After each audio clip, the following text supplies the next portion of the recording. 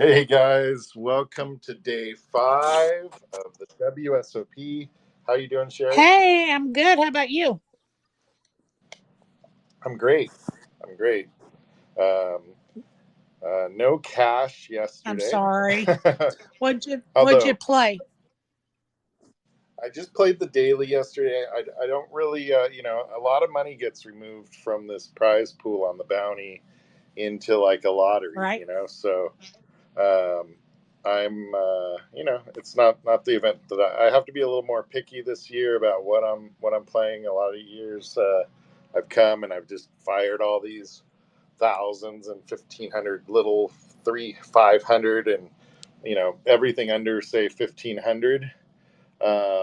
But this year I'm going to be selective because I'm going to be responsible. I like it. So yeah, that's what the plan is this You year. know, I want to do a couple of house cleaning things that I think are really important off the top, and maybe we can Yeah, repeat it as we go here. But the WSOP made a post a short time ago. If you're yes, this is very important. if you're trying to register through the Bravo Poker Live website to today's final flight of the Mystery Millions and don't see the register now button, you're not alone. Simply refresh your browser until it appears and you can register and you can register and and print from the Yeah, fast track kiosk. So really important news this morning on that.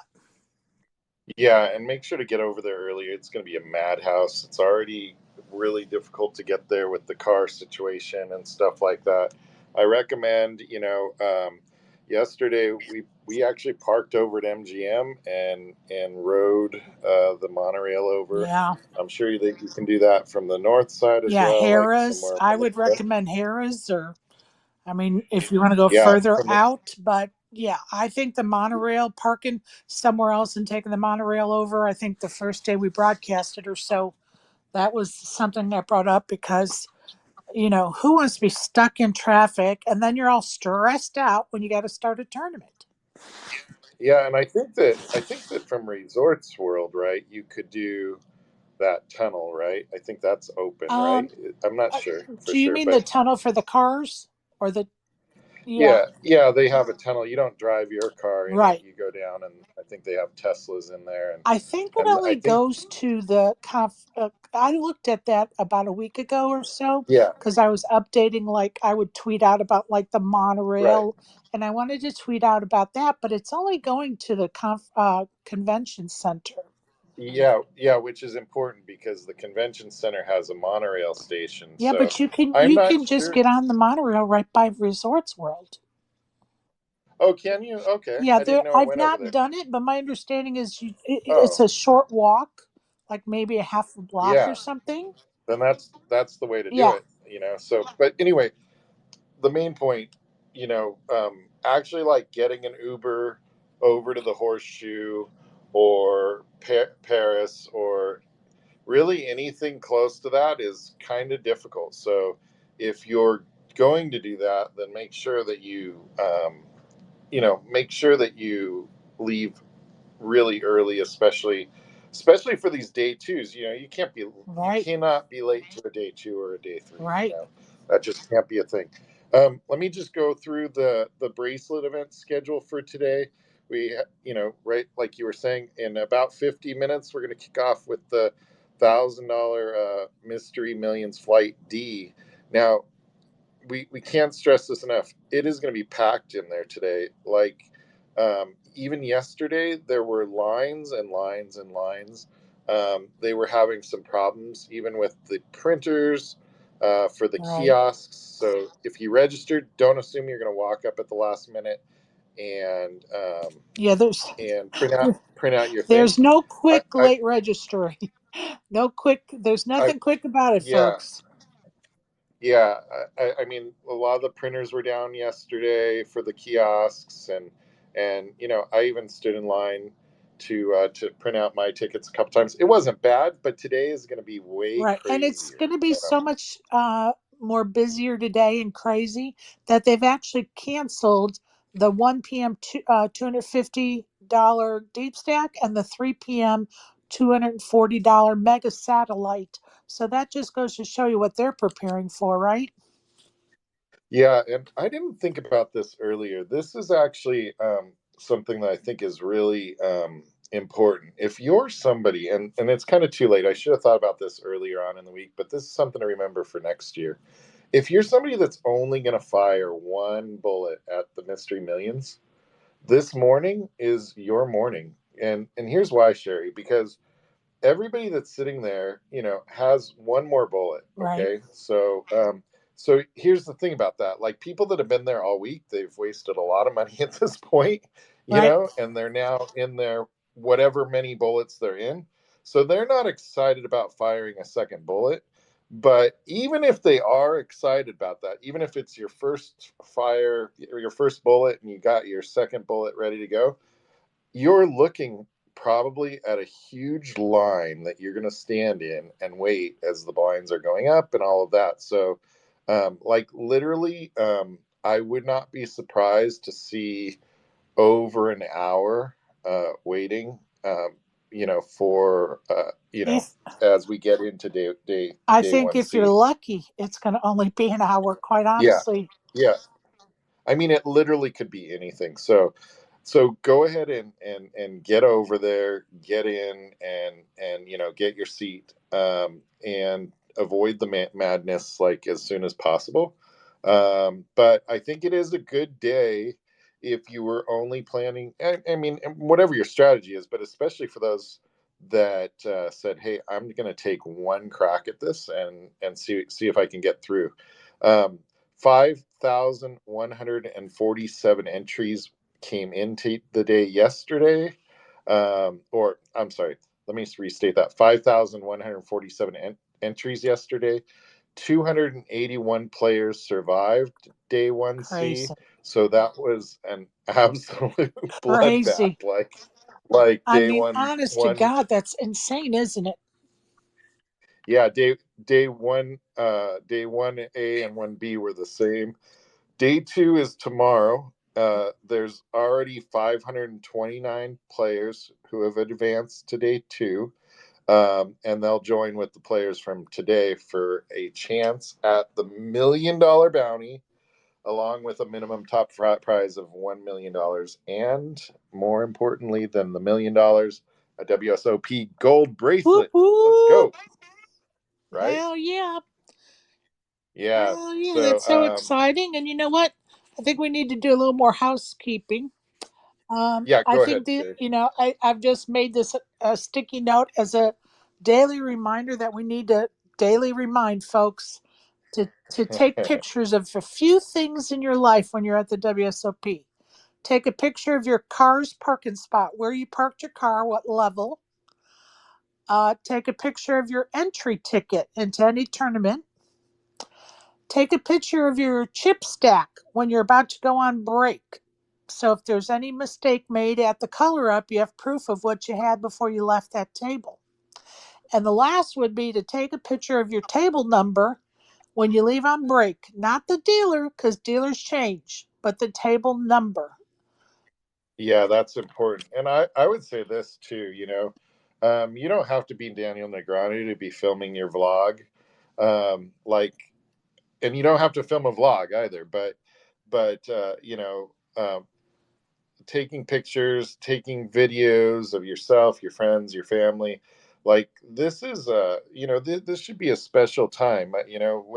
When my father passed away, some of the main pictures that I wanted in the slideshow and video came from the WSOP. Very So special indeed. make sure to do that and capture your memories, and you don't have to be a top pro to be posting stuff on social. In the end, like especially you're looking at like Facebook or something like that, Facebook is really your That's page, right. right? Like, so you should be posting your stuff. It's about you, it's for your memories, it's about the people that you love and all of that kind of stuff. So don't feel like weird about videoing yourself. I mean, sometimes when I first started doing it, when I was doing the vlog, it felt kind of weird, like, Right. especially I had a camera guy that year, and people were like looking at you strange and stuff like that. And it's like, whatever, you feel a little weird, but like going back to those videos, like, it's Well, priceless. and Like, we are in absolutely. 2023 and everybody's videoing and taking pictures, and why not take some of yourself, right? And I like to make fun of, or I like to tell stories on my Facebook page of, strange things that are happening while I'm traveling, or stories about people I meet at the poker table and how they've treated me or others. Or, one time, I think one of my friends, anyway, and family's favorite story, it is me being up at Cherokee with a friend of mine, two friends of mine, and we were at the bar having dinner, and these two Amish guys were like giving us the eye from across the bar. Now, one of the gals had just, yeah, Don, I see you know the story. Um, one of the gals had just buried her husband about 9 months before that. The other lady is very happily married, and I was taken, right? So we are not interested in these two lads that look like they were in their 20s and we're all over 50, okay? And so Yeah. we were like looking at each other, going, wait, are they really giving us the eye, or are we imagining this? And then we just thought it was funny, right? Until they walked over. But to make a Yeah. long story short, they invited us up to their room within less than 5 minutes of coming over and introducing themselves. And then we went to the poker table, and of course we were just laughing about it because here we are, you know, they're in their 20s, right? And so anyway, so Yeah. it was just a joke. Lo and behold, Oh here they man. come into the poker room now Oh no. to pass us a note. And I still have that note till today. And the note said vaguely, uh, we would love for both of you to come up to our room. We will wait there for the rest of the evening just to get a chance to spend time with you or something.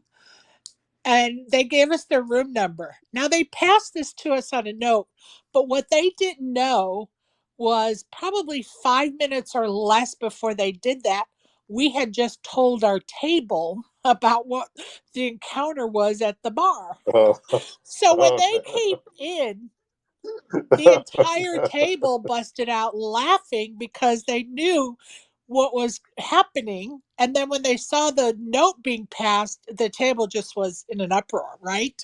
So the two Amish guys leave, and the table, we never could calm the table down again. But, you know, and that's the kind of stuff I write about. And it's silly and goofy and Sherry, I got to tell you, this is so funny because yeah.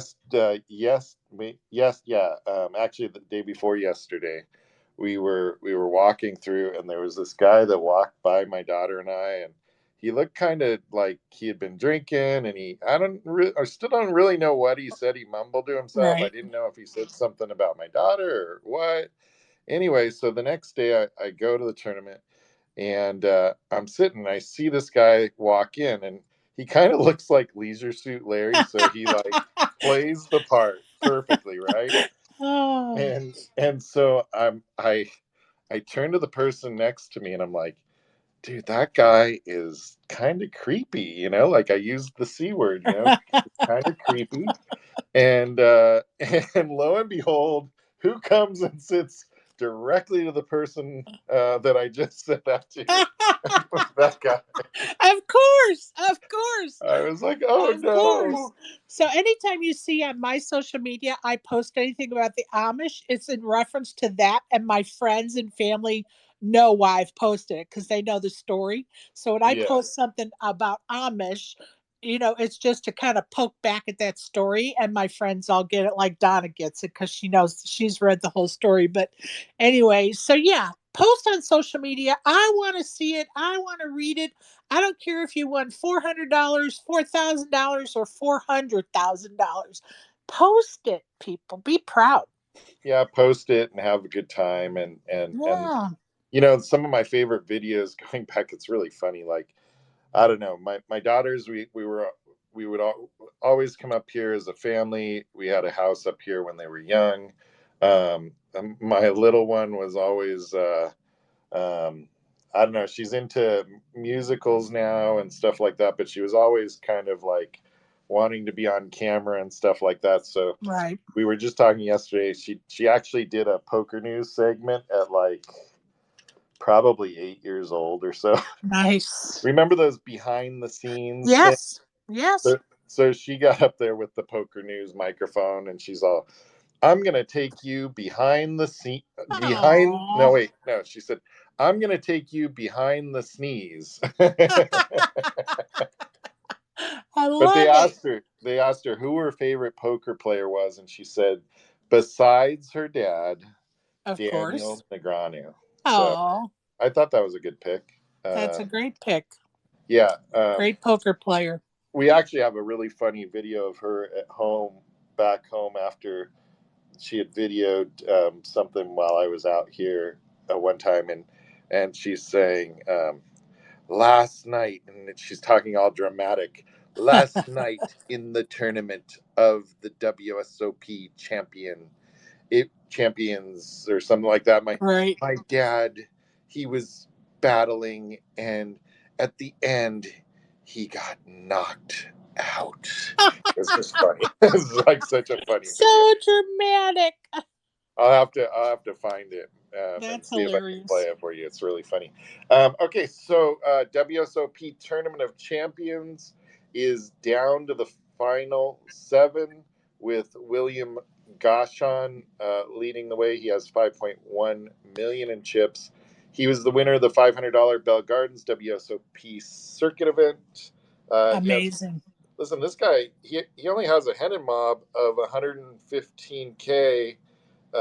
You know, if he can manage to navigate this final seven, obviously he's like coming in, and creating a name for himself Right. in Right. the poker world for sure.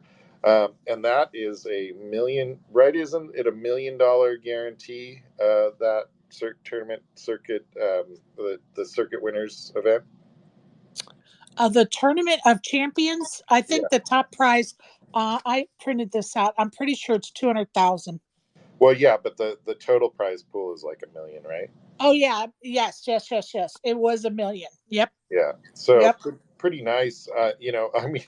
I mean, think about that. Like this guy spun a $500 event into a shot at what do you say? First prize was like 200K. Like yep. that's pretty impressive. And then obviously, takes that down and really gives himself a great start to the And how series. how exciting is that for these people that were able to free roll into this next level tournament? It I mean, I really, think it's just yeah. amazing. It's just an amazing offer to like reach back and bring people up. It's awesome. And it should be pretty prestigious, like I've been joking with people at the tables. I keep asking people who's going to buy player of the year this year, so Right, um, this is really something. It's open to, it's achievable um, by anyone that wants to grind and really wants a shot at it.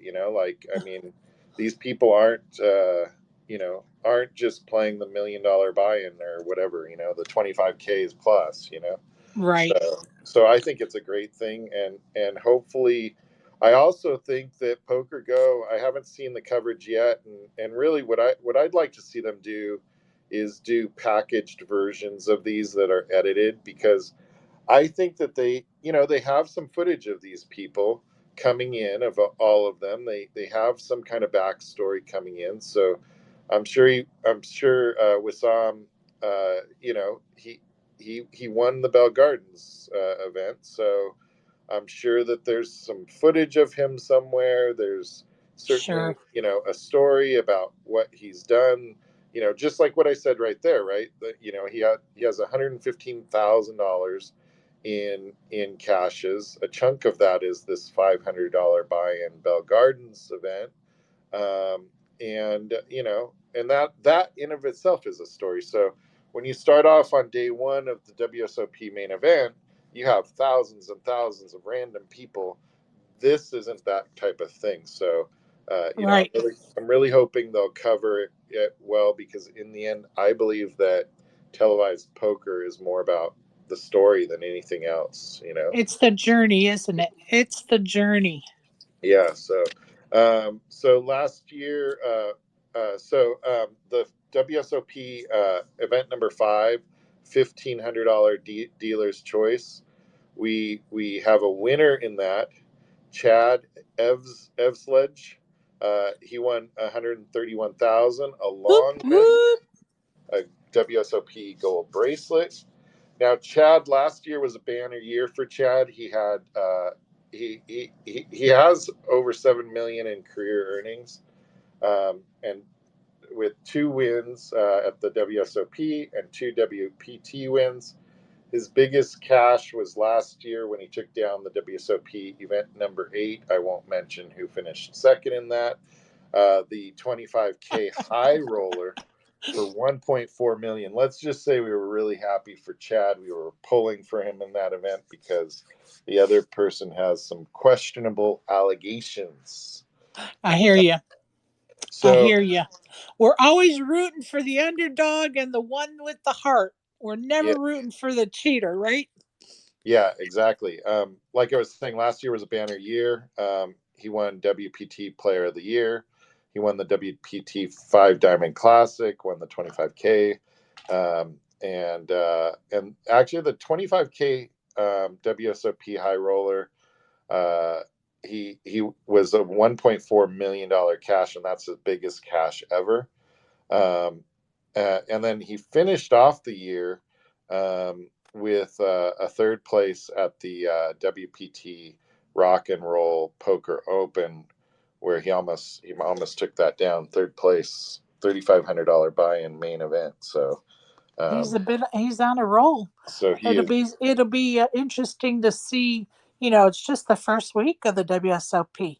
Like, how long is he going to stay for? Is he staying the whole summer? And is he going to be on a roll and maybe win another one? Or, I yeah, mean, and this is the that success story about to happen, isn't it? Yeah, and that actually takes me into event number 6.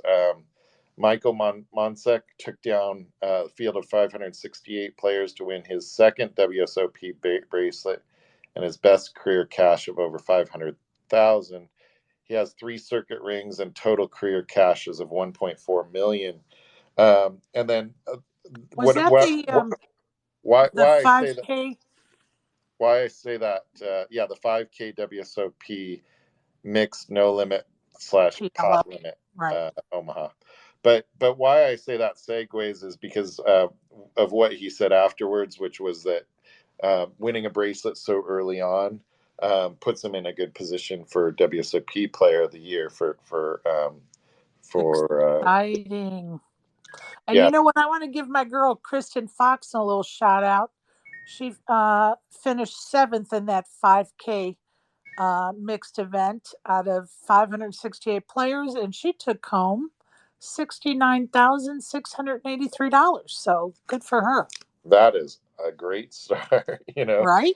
I mean, especially that can really that puts you in a good position to be able to not really worry about what your buy-ins are and stuff Right. like And that it too much. also, I think it kind of takes the pressure off. Just like you want to have some success when you're there. And if you start out successful, to me, it kind of just takes that pressure off.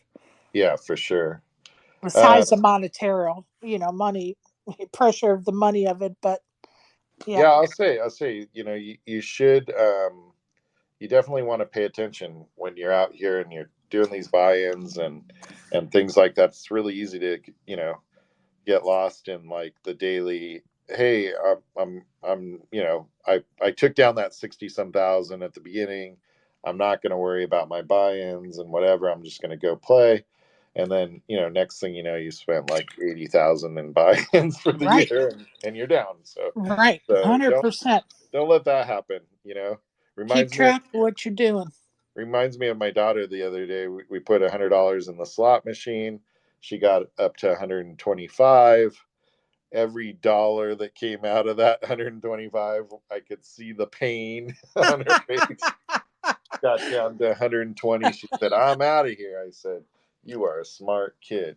Right? So yeah, That's funny. event number 7, the $1,500 limit hold'em. 17 players left. With David ODB Baker second in chips. I'm sure they'll play down to a winner today. Event number 8, the 25K heads up continues with round 3 wrapped up. I'm sorry, they're going into round 3 with 16 players remaining. This is a list of all crushers, And I exclude hope they ex, televise some of this. yeah, excluding Sherry, excluding our fan favorite John Smith. He was eliminated in Oh, round 2, so he's not going to be making it through. But Chance Corneth, Doug Polk, Anthony Zeno, Eric Wasserson, literally who's who of poker is left. I mean, if I name them all-star all, lineup. yeah, it's going to be just crazy. But again, I'm always rooting for Chance. I think Me Chance. too.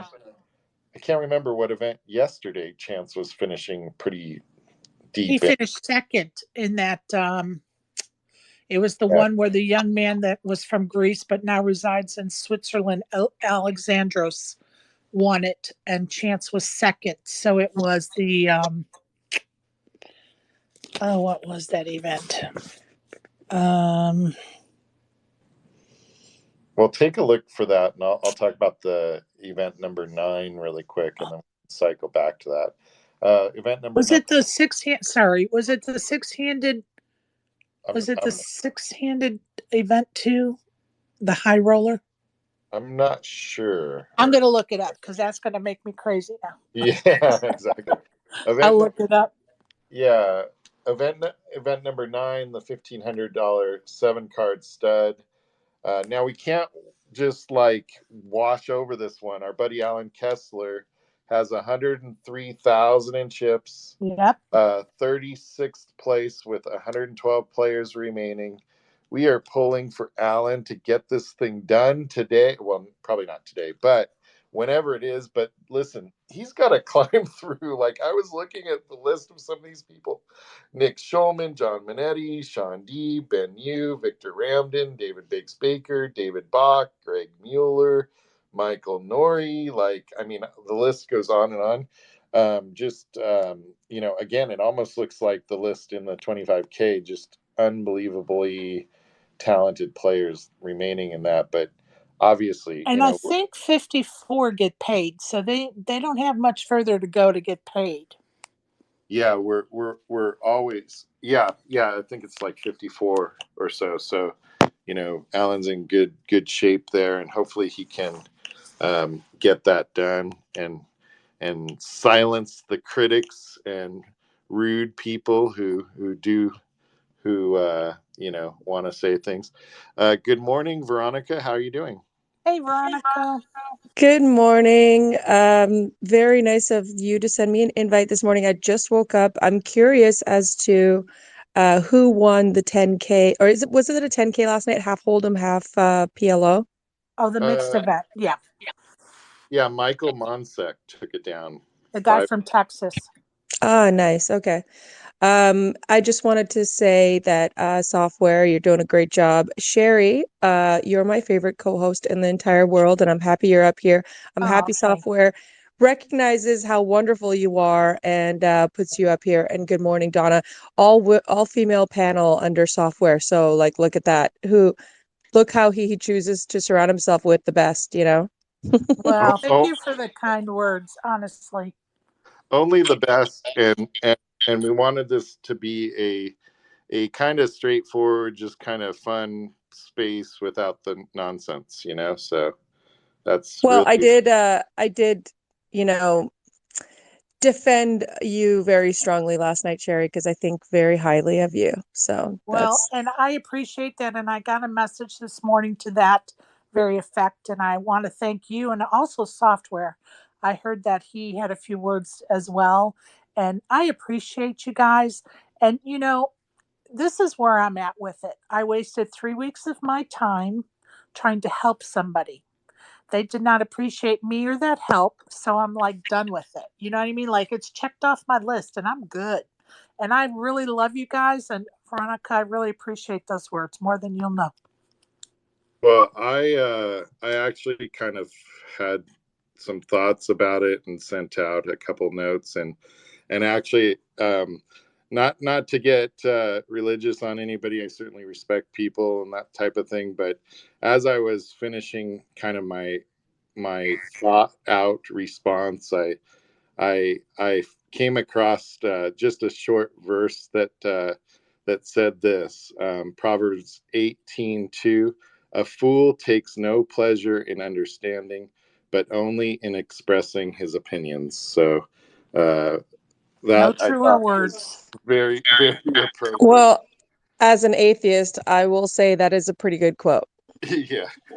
And by the way, I don't mean to disrespect anybody. Like, some of the most fun conversations I've had with people are people that have a completely different viewpoint on life, and are willing to just, like, kind of like try to come to understanding on things. That's where intelligent, rational people like exist, so we can accept each other's differences and all of that kind of stuff. But If I could just say one last thing about that, yeah. and I don't know if it's you, like several people messaged me last night, like, we've all been trying our best, but I feel what makes me sad is that it is true. I think like he's coming out to Vegas and doing all this stuff, and I think that some people are like going to be enjoying the train wreck.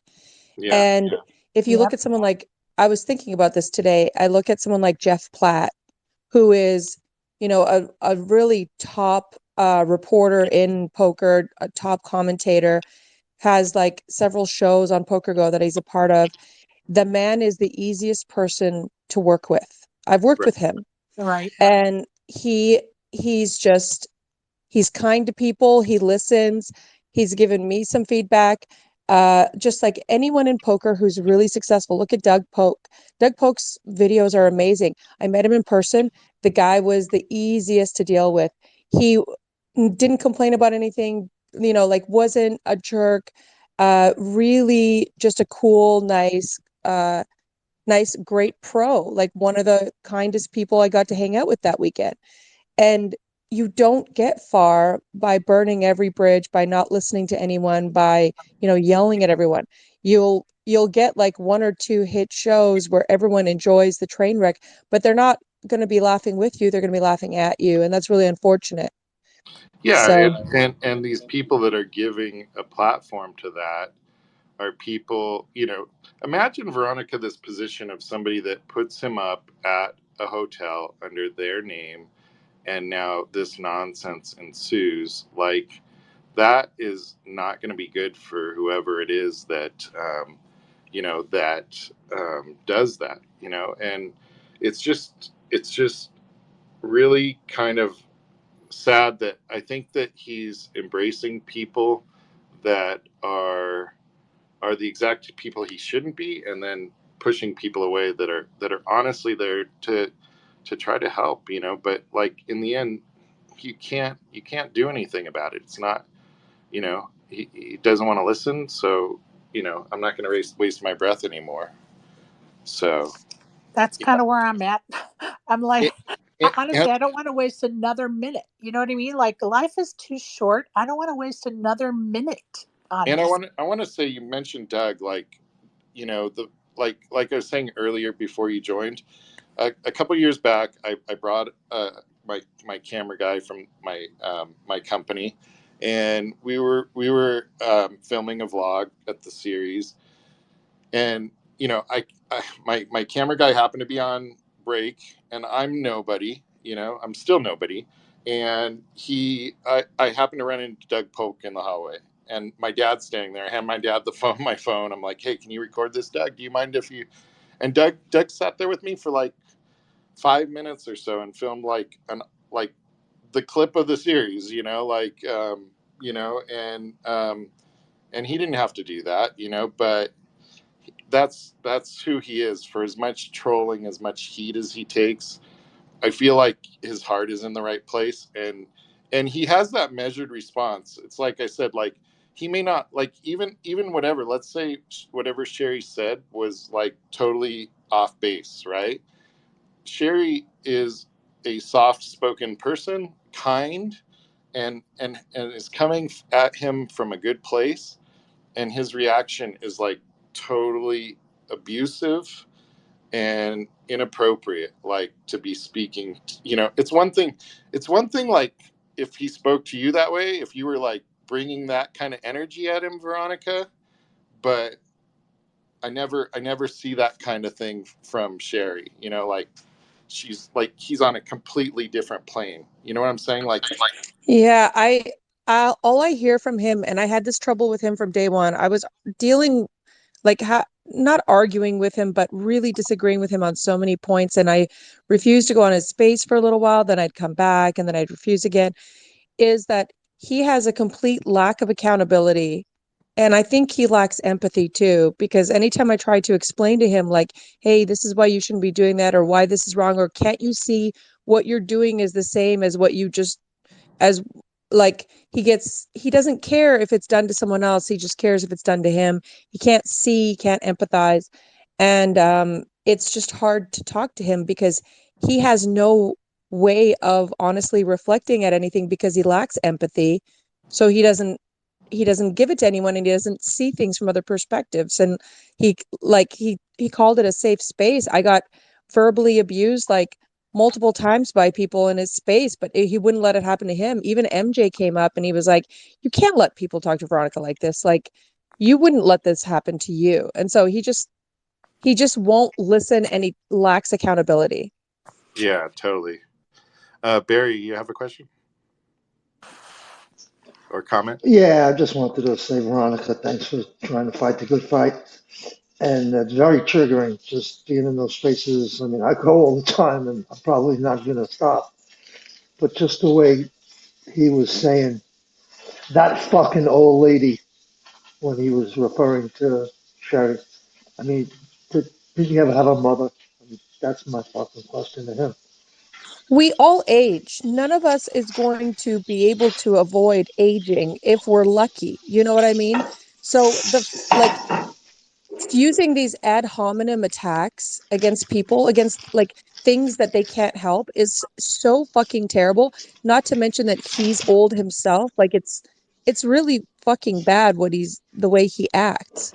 Well, and it's not even for me. Like I said last night, it's, okay, your argument is you didn't use that exact phrase or whatever. Like, I think he did use that phrase, but it, He's like, she is an old lady, and like, I'm just like, what are you doing? You just said you didn't say that, and now you called her that, and now you think it's okay, and she needs to apologize to you. Like, this is mentally ill stuff. yeah, This is stuff that, to me, when I look at all his like body of work, I see someone with some mental illness from my yeah, perspective. If you have a complete lack of empathy, if you can't make sense of the world around you, and you blame everyone for everything, there's something going on. And yeah, you have a little paranoia about the ones that are actually trying to help you. yeah.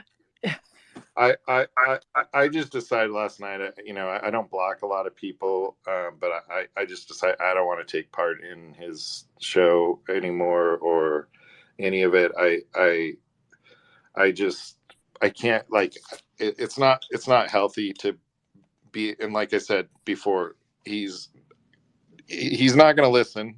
you know I mean, my understanding is now that the people that were going to put up rooms for him, or one of the people that was going to put up a room for him, has now decided smartly not to do that. And initially people were saying, oh, let's get you out to Hustler, and then that didn't happen. And then I hear people like Joey come on and try to talk reason with him, or Sean, and it just never goes anywhere. So poker pro Eric, do you have anything?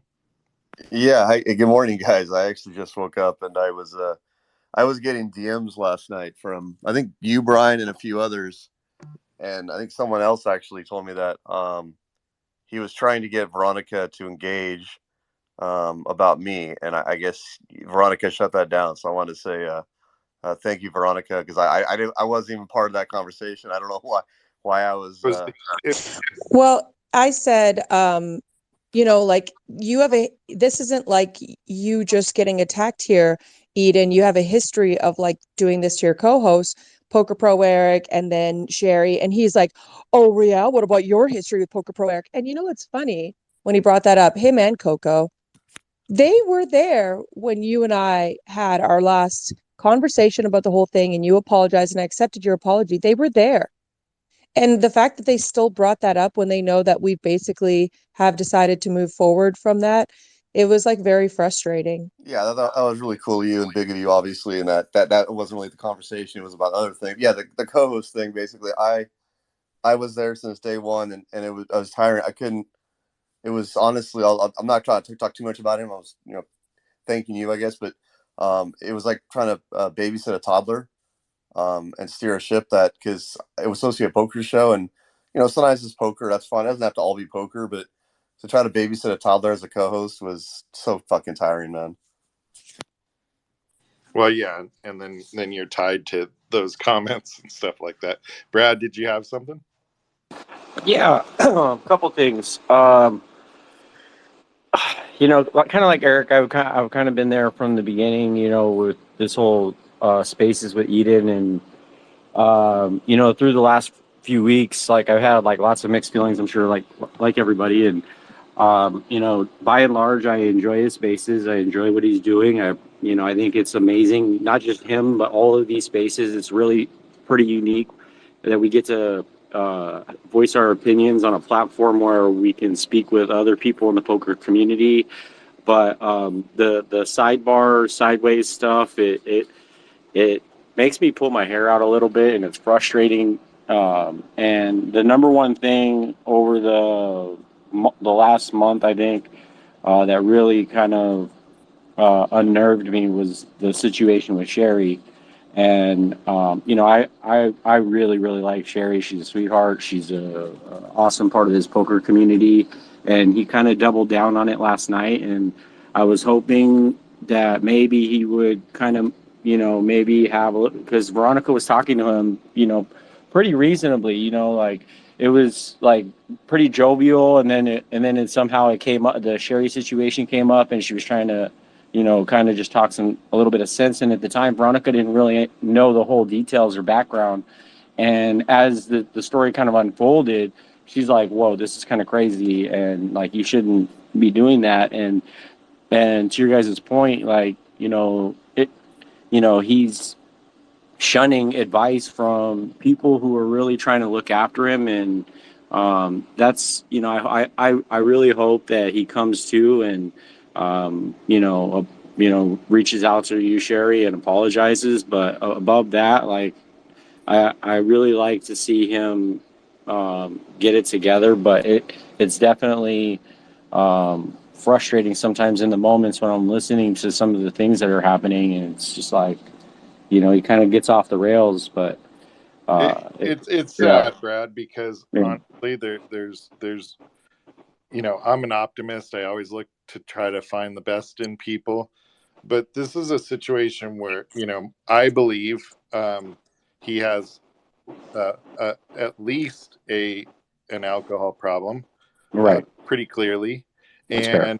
And I've believed for a long time that there's some type of mental illness, like that, the irrational paranoia and stuff Right. like that, pushing away people that want to help him, as Veronica said, like a complete lack of empathy or being. Well, that's where Veronica is obviously smart enough to know that, yeah, poor Sherry is too innocent. She did nothing wrong. I was there listening, and Sherry deserves the apology, not the other way around. Agreed. For sure. I do agree. Even the defense of what, in his defense, of what it was like pretty clear, like he was kind of trying, I didn't say this, and then whatever. Okay, so you didn't say that exact thing, let's say. But even what you said and the tone that you said it was completely inappropriate. So, Well, Sherry, he wouldn't let up, and he wouldn't apologize, and he just kept digging, and then I got down to his level, and I gave it to him too on your behalf, Sherry. You're probably not proud of me for that, but I had to do it. You got to sometimes, meet them where they're at. I Yeah, hear It you, must have and been I bad, Veronica, appreciate. because I was getting DMs about that too. I appreciate you, And Veronica. well, I he was really like, do.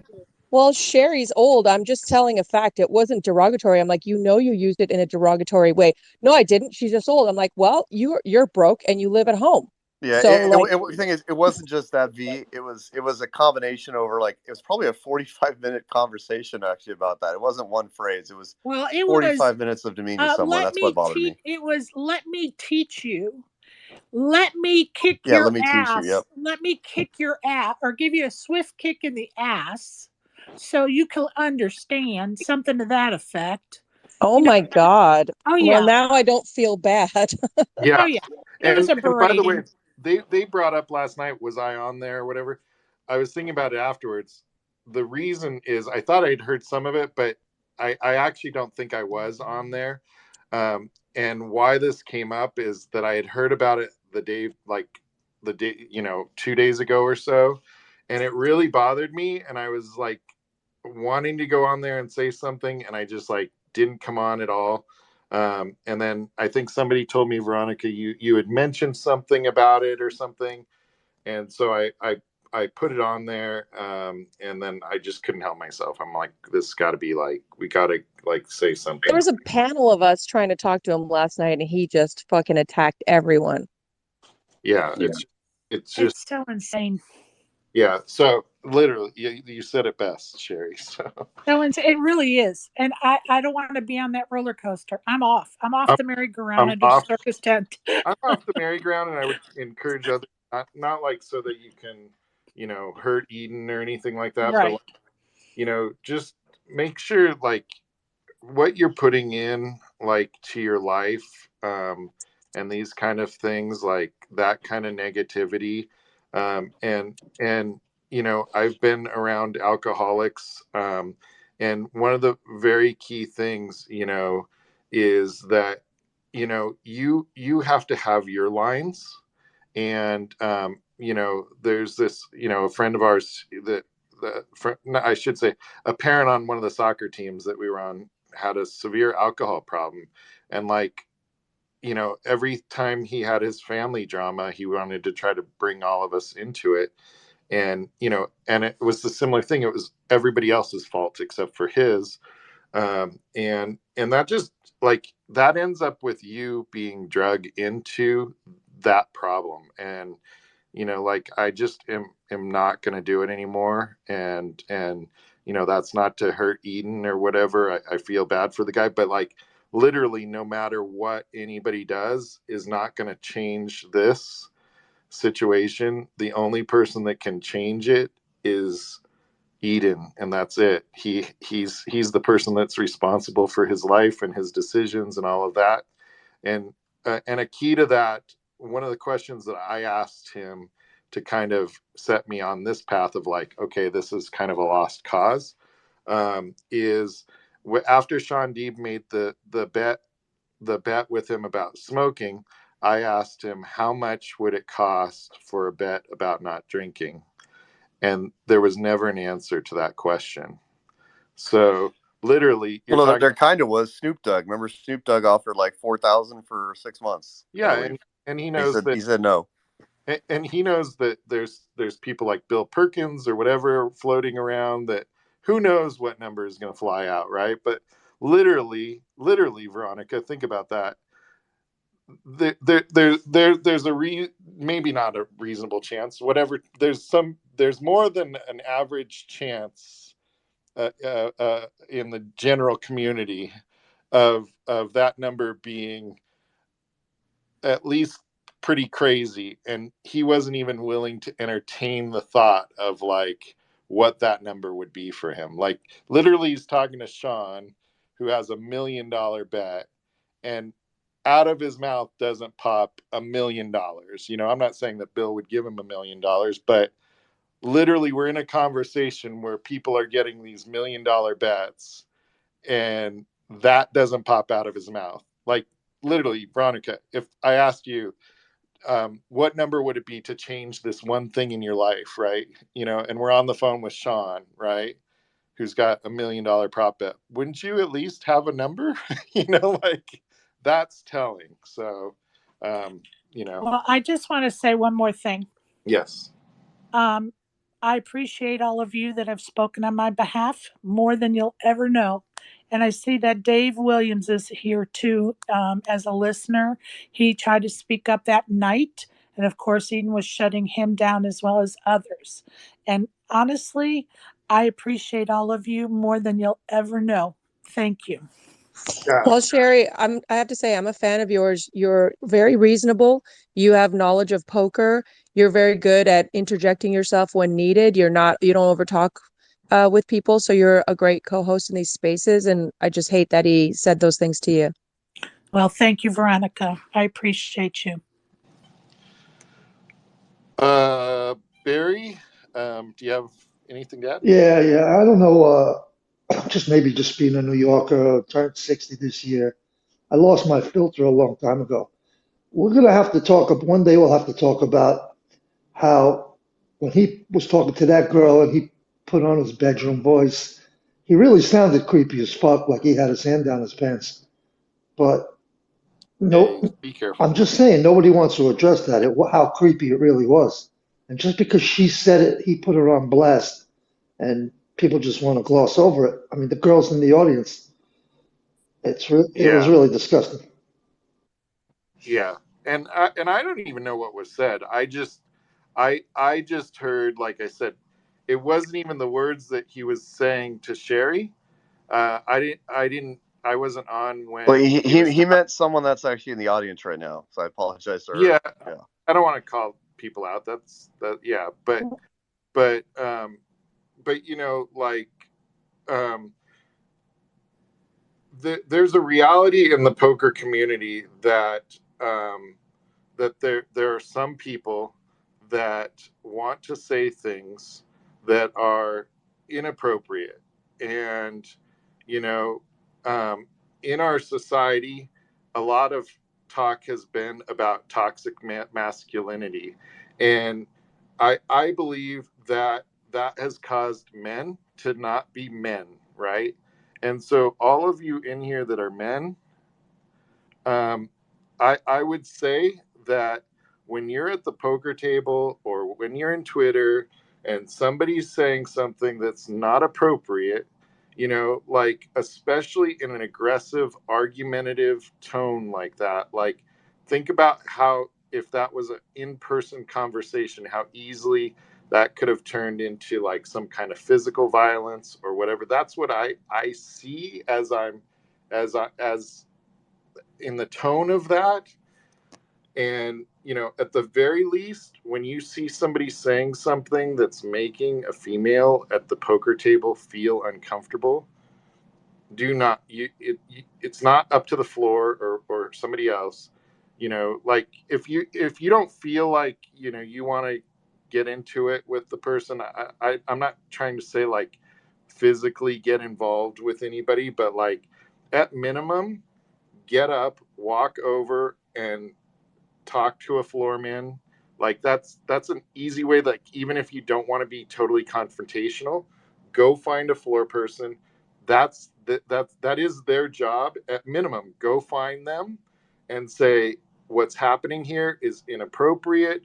This is what was said, or even if what was said wasn't bad, but the tone was not okay, like or whatever, like go find somebody and don't just sit back and let it happen, because that is just BS.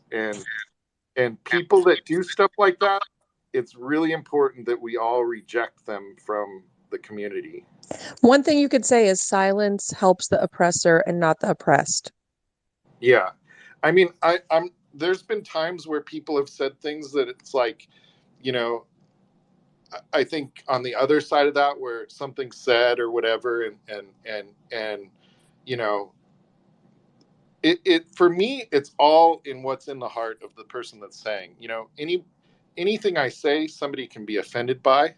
So, it's really you have the other side of that, but like there are too often times where people don't say anything, and or even worse, right? Veronica, how many times have you had this happen? Like somebody says something that's totally inappropriate, or maybe not to you, but like you've seen this where somebody says something that's totally inappropriate, and you probably know that the person or yourself was uncomfortable, but you kind of laughed about it, or they laughed about it, or whatever, to try to like just move on from it. So if you're seeing somebody that, if it offends you, this is what I'm saying. If the person lets you know they're offended, but they may not feel like they can say anything, or they may not want to be confrontational. So if you think it's offensive and they're saying it, like, just like say something. Too often things aren't said, and that's something I don't know, I've always wanted to address the elephant in the room. Like, I've always been that person that if somebody's saying something or whatever, like, I'm going to say something, like, we're going to talk about it, even if everybody's uncomfortable. Eric, do you have something? Yeah, go to Brad first, please. He was ahead of me. Oh, okay. Brad, go ahead. So I was just going to rewind to the $1 million conversation or whatever, as far as him, not like putting a price on quitting drinking or whatever. My mom is like 15 to 20 years sober right now. And I can tell you right now, uh, that decision, you already touched on it a little bit. No matter what help, no matter what everybody in the world wants to do, until that person's ready and wants to do it for themselves, it, nothing will happen. And I saw her before, and I've seen her after. She had to make that decision, and she finally found herself in a spot, and she made that decision. So I hope that at some point he comes to that conclusion, and I think the product of what he's doing will significantly be impacted for the better, and those who he's engaging with as well. And it's sometimes it's like I said, it's tough to see sometimes, because it takes me back to seeing my mom. And but like I said, really it's got to come from him. And I think that that's why, to the reason why he couldn't come up with a number. Yeah. And you know but that, I just wanted to touch on that. Yeah, growing up, my grandfather had an alcohol problem, and my mom had actually sent me to this group, Alateen, right? Like, that's like, it's usually children of alcoholics, and I really probably didn't need to be there, because I didn't have to deal with a lot of the drama that she did. But a lot of the talk in those groups is, setting these boundaries for yourself. And I actually think, like, as much as I say I didn't need to be there, it has allowed me to draw the line with people. And so that's been really helpful to myself, like what I was mentioning with the soccer parent and things like that. you know Other parents were getting called at 2 a.m. from the bar because he was getting kicked out and didn't have money for a ride home and stuff like that. But he knew, don't call Brian, because Brian's not coming to your drunken ride home. So setting those boundaries is important. And obviously, like, choose what you're spending your time, like, putting into your brain all the time. Um, because it's not healthy. Anyway, Eric? Yeah, I wanted to point out too, I did listen to that night, the one we're talking about, and there was actually two male callers that called in. Maybe Dave Williams gave a thumbs up. I think he might have been one of them. Not trying to put you on blast, but there were two male callers that also said they were uncomfortable during the conversation, and yeah, Dave says thumbs up. He lost his shit by the word uncomfortable. So as a male, I wasn't the caller, but it just point out to all the females listening that even the males, we get uncomfortable when there's talk at a poker table, maybe that's inappropriate, or elsewhere. And it's not like we're always approving of the quote unquote locker room talk. So that was really great to hear on stage and say they were also uncomfortable that day. That's it. Yeah. Brad? No. Yeah, sorry. I originally wanted to speak up to talk about the first comment that turned me off that Eden had made about women and stuff. But just to touch on that guy's about his mother being an alcoholic and stuff and wanting to quit, I myself was addicted to opioids, and he is right. You have to just get tired of your own shit. I've been sober for 3 years now, but just dealing with, having to call those people for rides that guy was talking about, and you just gotta get tired of your own bullshit. But anyways, back to the meaning of this conversation. I'm not really sure what was said to Sherry, but I've never had any wrong conversations with Sherry. But one of the comments that really turned me off with Eden was one of the nights that Haley was in there, and I think it was one of the nights she was really crazy. He literally told somebody else, "Don't be creepy, don't talk about anything." And then he calls Haley up the next question and says, "Oh, tell us about your bath." So I just wanted to let you guys know that I tried to speak up on that and raise my hand that night, but he never called me up, obviously. So I just wanted to know if anybody else heard that. Thank you. Yeah, I didn't hear him say that night with Haley, and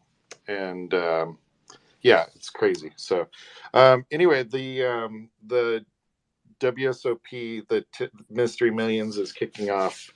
Has just kicked off at 10 o'clock. So if you're going over to that, make sure to tweet at us, Veronica. Sorry, my phone just dropped. What was the last guy's name? Baba or Brad? No, No. Brad Hedberg. Yeah. Yeah. No, the man who just said he was 3 years sober. Yeah, there's two Brads on the stage. Brad. Okay. Yeah, other Brad. Bubba. Okay, other Brad who's 3 years sober. Congratulations. I didn't want to skim over that. That's like a big accomplishment. Thank You should be proud of yourself. Really good to hear those kinds of stories. Thank you. I really appreciate that. Yeah, 100%. Sorry for glossing Yeah. over that. Yeah. No, well, there's World Series of Poker talk. We got to get through that too. Yeah, minor detail. Like Brad and I know Snoop said, I think 5 years or something like that. So, anytime somebody's able to make that change in their life, it's not easy. And for myself, like even like having some empathy for people, empathy, but not letting myself get dragged in. It's like, I can say all I want that, oh, they should just change or whatever. And it's like, okay, yeah, I'm saying that at as a guy that's way overweight, like that has my own changes, right, that I should be making. So don't remove the plank, something like that. Abby's my scholar over there, biblical scholar, but remove the plank from your own eye first, I think. So yeah, but really appreciate And that. on that transition, they are one and the same sometimes, because someone that plays poker a lot, you see the drunks, it affects their winning loss, obviously, and people can lose a lot of money while they're drunk, either playing maybe blackjack or poker, and that affects them financially as well. So as a poker player, it's probably good to being sober is a good thing. Well, Great yeah, thing. I always say poker's a math-based statistics game that if you're in the right environment, you're playing it with drunk people, so it doesn't it's not that hard. David or Dave? Yeah, I'm a little late to this, and I'm sorry. I know you guys have moved on from this, and I purposely haven't said anything, but I've been mentioned twice, and I just wanted to say, Sherry, that I really felt badly for you that night, and the reason I didn't speak up earlier is I know you want to move on from this, and this will be the last thing I'll say about it. But I was really, really, really offended at the way he was treating you, and that's, if you go back and listen to that space, I mean, we were going toe to toe, and I was screaming at Eden as loud as anyone has probably screamed at him. And I know you're going through a lot of stuff medically. And, listen, when you get to a certain age that we are at, we've earned the right to be respected.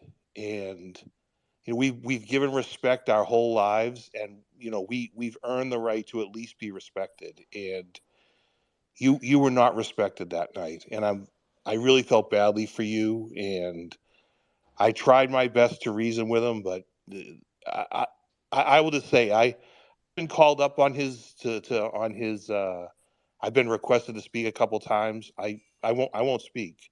I won't provide him content. I won't do anything until he apologizes to you. It's absolutely ridiculous, in my opinion. And again, I know you guys want to move on from this, but this is really just to Sherry, I guess. I apologize. Everybody has to listen to this, but Well, and Dave, you know, I appreciate you and your willingness to tackle that issue that night.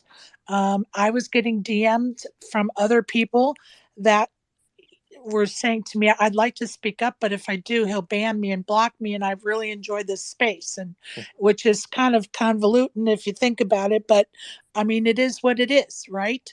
And I appreciate you speaking up because, you know, whether we agree to disagree or whatever, he doesn't have the right to treat me or anyone else the way he treated me. And yeah, he does owe me an apology. And you know what? I don't see it ever coming, and that's okay Well, yeah, because because it's because he says you owe him an apology. That's why it's not coming. Sorry, unfortunately. well, and I appreciate you let me know that's what he thinks because honestly, I don't give a shit what he thinks. Quite frankly, I have my family and my friends and people that are meaningful in my life, and that's who I choose to focus on. And you know, here's the thing. Here's a drunk guy arguing with people. Who's the crazy one? The drunk guy or the one that sits around and Right. listens to it? Right. That's what I was saying last night. It's like I asked Veronica, like, on what universe do you think that it's possible that Eden's like tone of this whole conversation is at all correct? Like he's saying, Sherry brought it at me and all this stuff, and it's like that is absurd, you know? I Like, can't All you got to remember. do is go listen. Just I challenge everybody in this space to just go listen for yourself and judge for yourself. That's all I ask. And Dave, I appreciate you more than you know, bud. Thank you. I can't remember who brought it up, but they said, yeah, we all know Sherry, you know, like really out of control. Like, does she have a history of this, Eden, or do you? And he was just like, no, it was Sherry. Oh Sherry's a boy. troublemaker. That's me. NS5, did you have something? Hey, Brian.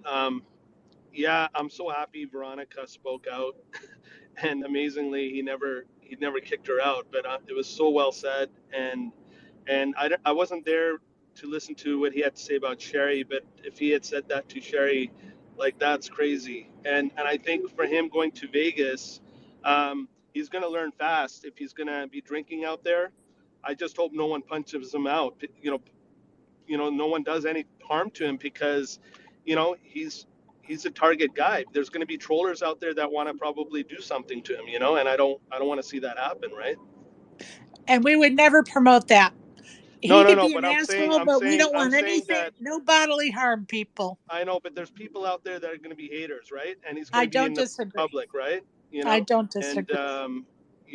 we want to look out for him. Like, this guy has a lot of potential. He's got a lot of potential, and he's just throwing it away, and it's sad to see that. And a lot of people are out there wanting to see him self-destruct, and it's sad.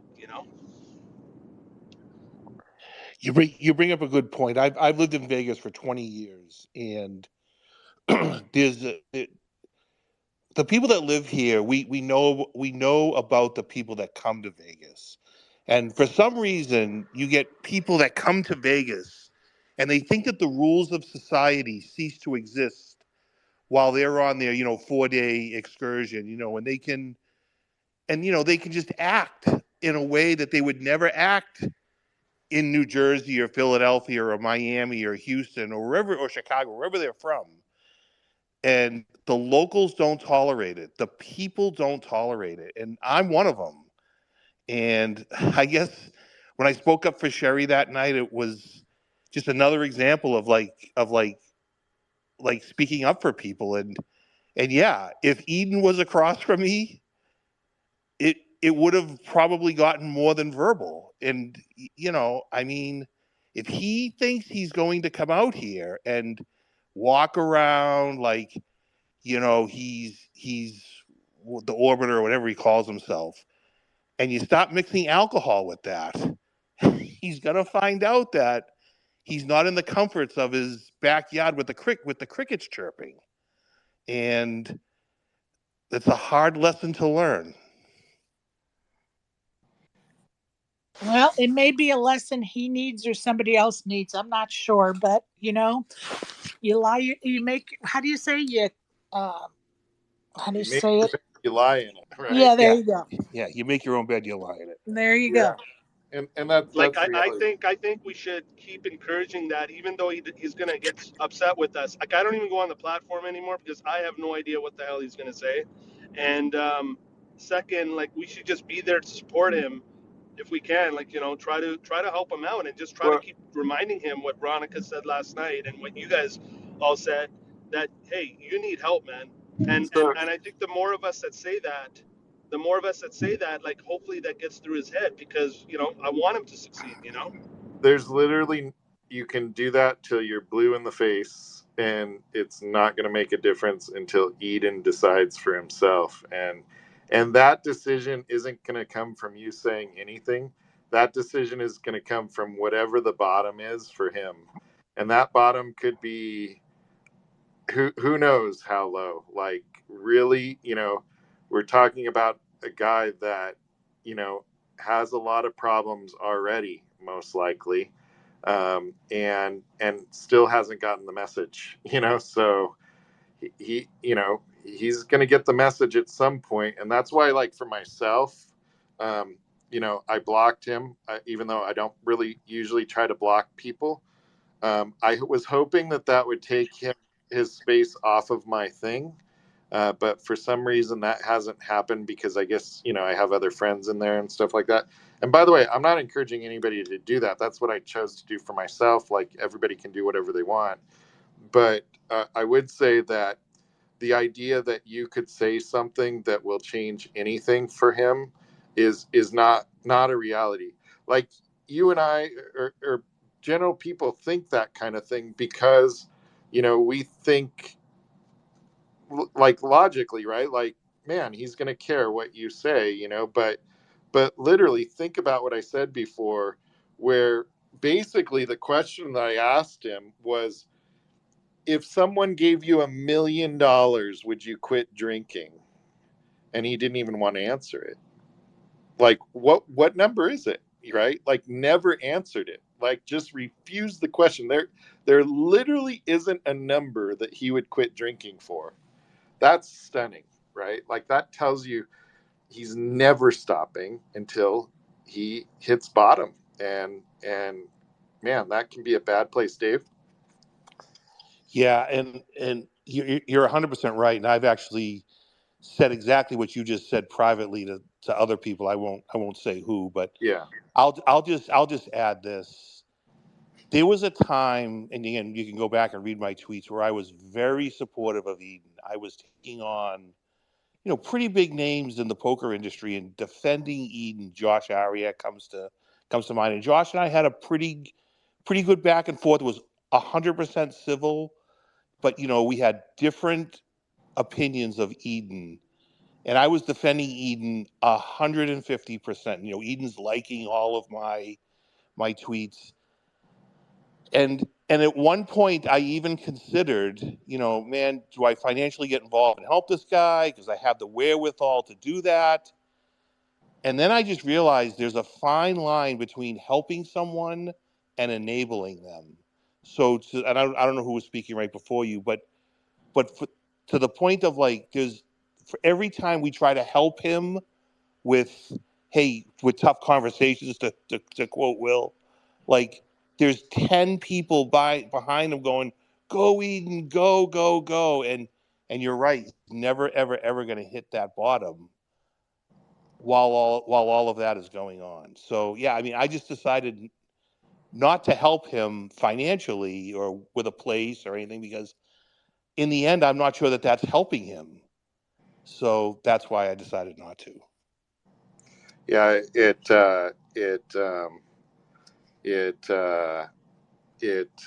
it just, it drags you into the situation. I thought I would invite up Deep Dark Crypto if you want to come up and talk about WSOP or whatever else, or whatever you want to talk about. I want to make sure that you feel welcome to do so. Hey, Sherry, are you going to be playing the ladies event this year? What's your World Series poker look like? I am hoping to You told me ladies hoping to get week, a free Sherry. You entry. told me that. Yeah, I am going Ladies Week the 27th. Right before it, they usually do a lot of giveaways. So I'm hoping that maybe I can, snatch up one of those giveaways for the ladies event. Um, I may play the singers event, and I definitely want to do these deep stack daily tournaments. I think the value of those are so good. I agree. I love those so much, especially if you're not wanting to dust off 10K on like multiple $1,000 tournaments or $1,500 tournaments. The dailies are such good value. Uh, Yes. Yes. So I love them. Yeah. that's kind of what I'm looking at. Am I targeting the ladies event? Yes. I have a pretty good chance of getting a free seat. So, with my current situation, I just have to maintain my budget this year because I normally sell peaches during the summer, which is my poker money. But I don't know Oh, if I'm going to be able to do that this year. So that's a problem for me. I never take poker money out of my family budget. So yeah, I just got to redo some things, and unfortunately, this thing with my health has been holding me back. But thanks Where for asking. where are you that you sell peaches? I'm in Georgia, so I sell Oh my Georgia peaches. God. do you ship them? Because my daughter's over here going I like, would love some peaches, I'm gonna seriously. I'm gonna tell you something. What I did when I first started selling peaches, I brought a half bushel in my carry-on of peaches, and unfortunately, the peach fruit is one of those fruits that matures very quickly if it's in an enclosed area. So I had these beautiful peaches that were the size of a softball in my carry-on bag, and by the time I got to my oh, hotel, they were just mush. oh no. And so the only way I would be able to bring them is if I actually carried an open basket as my carry-on and just put it in the overhead compartment and hope that there's enough air circulation for it. Otherwise, they just won't last, unfortunately. I would bet if you had like some dry ice or something, like cooling And them down, yeah, would no, no? nope, no, Ah, because as soon as you enclose it in that cooler, they yeah. just, yeah. I'm And gonna then it, test it, Sherry. hey, you go for it. But I'm going to tell you, I've been doing this a long time, and we've tried Yeah, just kidding. everything you could imagine, especially around 4th of July. I have people Wow. that come pick up cases from me to take to Ohio or Pennsylvania. They're on a car trip, right? And I tell them, every time you stop your car to go eat a meal, you got to take that case with you into the restaurant. It cannot sit in the hot car. Yeah, And they look at me like I'm nuts. I'm like, no, you just paid good money for these peaches. You got to take them in the restaurant with you. And so they do. And they're like, thank you, because our family loved those peaches, right? But they're a very delicate fruit, very delicate for travel, I unfortunately. our apricots are blooming. When we get home, I think I'm gonna be able to eat some apricots. But we're gonna fly back east here, and maybe we'll have to like fly down to Georgia and buy some peaches from you. Come on, come on. And another thing, people ask me to bring the Georgia crack, which is otherwise known as peach salsa, because the grower I go to is the number one grower in Georgia. And any damaged peaches, they send it off to have peach salsa made with fresh Vidalia onions, if anybody knows what those are. And My daughter's over here going, ooh, yeah, it's we need delish. that. Yeah. That sounds amazing. So, Veronica, I'll probably have some of that with me in Vegas. So, remind me. Oh, I would love some peach salsa. That sounds amazing. I love mango salsa. So if it's anything like that, I'm excited. You will love it. Believe me, when I go to Washington State, I have to take 2 large suitcases so I can take 2 cases of peach salsa with me to my kids.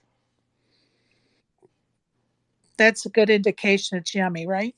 Well, if you bring peaches and peach salsa, you should be my tag team partner. I love it. I would do that. I'd do it. For those of you that haven't been on here before, like I've talked about a lot, the tag team event is like that's I was telling Sherry I think yesterday, that's my main event this year. I'm probably not going to play the main. Usually when I've played the main, I've won my seat, but the tag team event is like not one event that I want to miss, like, It's ever. so fun. I Tag mean, team is last year, so fun. weren't you guys with KL and everything? What was yours? Yeah, KL was my partner. We were also filming a documentary about KL, and the whole crew was following us. We like entered the building with matching outfits. If we Love have it. any tweets going about this space, I'll respond to a tweet and I'll put the picture of me and KL. We were wearing like matching money suits. We had like a bunch of fake money on the table. We were like we had a boom box. Security got called because I was being too loud. It was hilarious. It was I, an amazing story to follow. and I was finding dollar hundred whatever those fake dollars were all over the place. So I will tell you that like almost every single person and dealer we ran into was like, "This is great. This is so fun," because we Yeah, had a whole crew. yeah, And we had like a whole crew of matching shirts because we had to have a posse to enter the tournament, right? Right. And there was one person who fucking hated us, and they were sitting like 2 tables away, and they just kept complaining about us, complaining. Oh, So they had to like basically shut down our music. We weren't allowed to have people around us. Like everybody around us was having just a fun time, but no, yeah. this one couple complained about us, and then they got knocked out. So then the party started again. My brother yes, karma. my brother was doing day one for us, and I had earlier in the day I'd busted whatever event I was playing while he was doing that, but like, so he was kind of on a roll, so I was like, I'm just gonna let you go, and he couldn't come to day two because he had to work. So I was just like kicking back, like, and enjoying the show. I hear that this year Phil Hellmuth and his partner are dressing up as Pikachu and who, Abby? Pikachu and Ash something. I don't know. Anyway, um, so I So this Nice is the question. event. Sorry, don't mean to interrupt, but this is the event where we're supposed to be having fun. Like, I feel like this has become, and it's an unwritten rule, this has become the fun event where people dress up, where, we do these like whole, characters and stuff like that. So, uh, although like there's still a lot of crushers, one thing that I found fun, this is another thing, sorry, my coffee's kicking in now, is like these really big name pros pairing with amateur players. And then there's people in character and stuff. Like this is the fun one. This is the one where like two top tier pros shouldn't be paired up. They should grab some amateur, grab like a favorite fan and go do the But yeah, tournament. Veronica, did you see I that know that Jungle Man is playing with Phil Hellmuth? yeah, yeah. I mean, like they're gonna put on Yeah, a well, good they're show, they're though. dressing as I will. Pikachu characters. They're gonna make it fun. Yeah, yeah. Phil and Jungle Man are always up for a fun time and a great entrance, so I think it's gonna be great. I'm excited to hear that. I actually met Jungle Man for the first time in person, and he's like a really nice guy, and I love that he has this side of him that he dresses up as like Macho Man Randy Savage. and you know what's funny though, Veronica, like that event, right? And it's always been like this, but last year it was like, with everybody dressing up more, and you guys like definitely like added the fun vibe. So day one is like that. Like day one is almost like a party with people drinking and having a good time and laughing and all that. You come in for day two, like even in years past, like the first years when people weren't dressing up as much, day two, like is always the you have the pro roll in for day two or whatever, you're like, wait, where's Bob from Alaska? Like David Peters rolls in or whoever, and you're just like, oh man, now You it's know, getting that's that's a great idea. Maybe we should suggest to the WSOP to have a pro am, like they do in sports where you have a tag team event and it's a pro am, a pro and an amateur matchup. That might be kind of a fun suggestion to the WSOP. yeah, that's my team this year. Uh, I'm the amateur, and I got Dutch Boyd is gonna be my teammate, and so we're gonna. I don't know. I don't know if we can do the dress up thing, but like we definitely like I definitely at least enjoy it. Brad. Yeah, I got a quick question. I've never played a tag team event, so I've heard lots of stories about the WSOP tag team. It's just a ton of fun. Is that the same experience like everywhere, like for other tag team events or other circuits, or is that just like a WSOP kind of experience like that? I actually don't know. Does anybody know? Any of the ones I've ever played, and that includes Bar League or the Ladies Week tag team, where we actually could have a man or a woman as our partner. They've all been tons of fun. People dressing alike, the team dressing alike, and it's always a jovial. It just is a different vibe. And Veronica's right. It's just supposed to be fun, and that's how I take it. And mixed in with poker. I have a funny story about my table last year. So we get on a table with literally every single big time crusher, Amo, Maria Ho. That's right. Yeah, I don't know if anyone saw my table, but Yeah, it Yeah. was it was Christian was on your literally, table. Yeah, I seen yeah, that. literally packed full of all the top pros.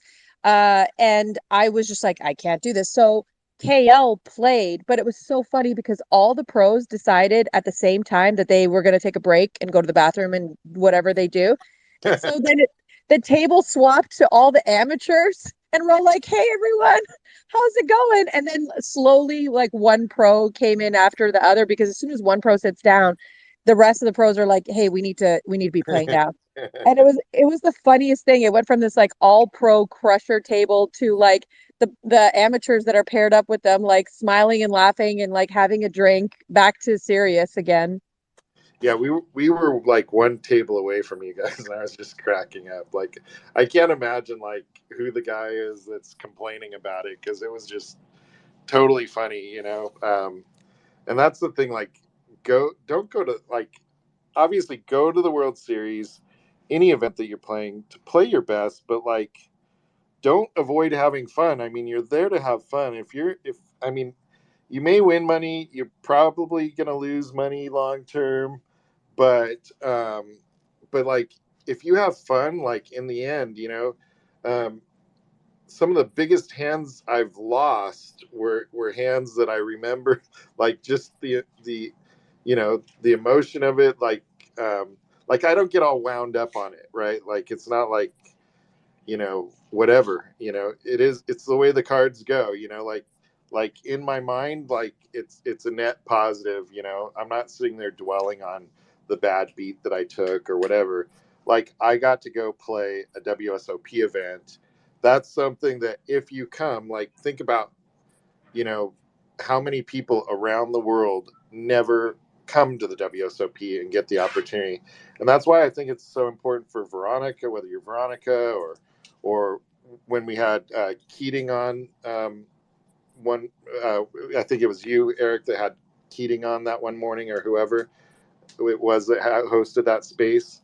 Um, you know, it's important, whoever you are, that you tell the stories of it and let people kind of like vicariously live through the experience. And they may never get the opportunity to come there. Honestly, that's what kind of got me into poker to begin with, was back in the beginning, or back when I first started following poker. Daniel Negreanu, he had his full contact poker, and he was literally like, he was almost like vlogging on there. Like, well, he, he was putting stuff on there all the time about like these big games, and not even just like the poker, really. It wasn't even about the poker. It was like the story around the poker. So, if you're going like make sure to share it with people. Yeah, Veronica. I think it's interesting what you're saying, because I often look at poker as like a microcosm of life. Like it reflects a lot of our economy, and you put in the work, you end up doing better. But one thing that you're saying is, I think, could be applied to everything else in life, and that's, life is a journey and life is full of experiences, and like whether we win or lose, at the end we still have to go.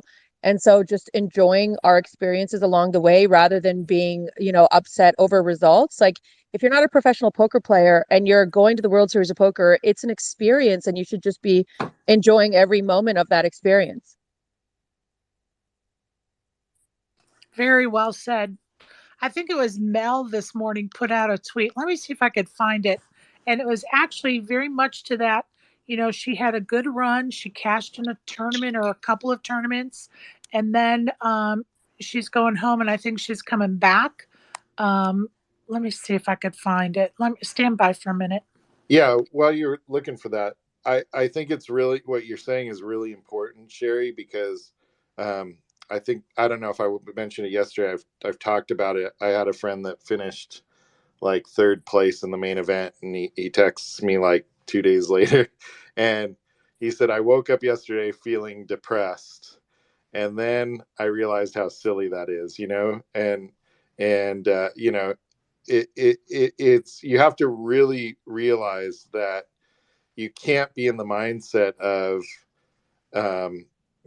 win, or win the whole tournament, or I'm gonna be miserable, or that kind of thing. So Right. And there's so much going on there. If you're miserable at the WSOP, you're not doing something right, because there's so much going on, whether you're winning or losing. And I'm just going to read Poker Mel's tweet, because I think it's really important that sometimes, those of us that have been many years in a row, sometimes we forget the beginner look at the WSOP. And she wrote a tweet that said, played my first ever WSOP tournament, cashed 61st out of 741 players for $3,400. Saw and met so many poker pros. Got my Phil Hellmuth bobblehead signed. Won money in a cash game. Definitely a great first WSOP experience. I'll be back for the ladies' tournament. That's awesome. That's what it's about, right? I mean, that's it in a nutshell. That, and I retweeted that tweet of hers this morning, because I just think it's, we got to remind ourselves that it's the journey. It's not only the outcome, but it's the journey. And we're lucky to be Sherry, able can to I go to ask the you a question, WSOP. Sherry? Yeah. And I might be completely like misguided here, but I feel like me and you sat at a table in New Orleans, like 2017 WSOP main event, New Orleans. Were you there? No, Okay. I only played in New Orleans for the very first time about 4 months ago.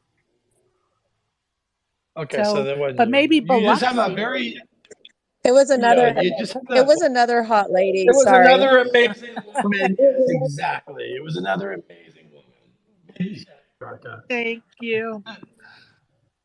By the way, Veronica, it's solid so work, funny. I dude. was talking with That was an amazing. Sorry, Brian. Go ahead. yeah, go ahead. No, go ahead. No, I Go want ahead, to tell Veronica, like, Matt. that was incredible coverage. You and Joey did such a great job, and I really, like I said, I'm like lagging behind. I'm like over the other side of the world, but I watched every second of all that coverage, and it was amazing.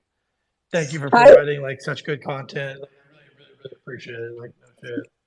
Thank you. Those are really kind words. I have to say, like, just being a part of I mean, I'm a huge fan of poker. I've been watching and consuming poker, since my mid 20s. And to be a part of that, like first being a part of Poker After Dark, which I thought was like one of my favorite shows growing up watching poker.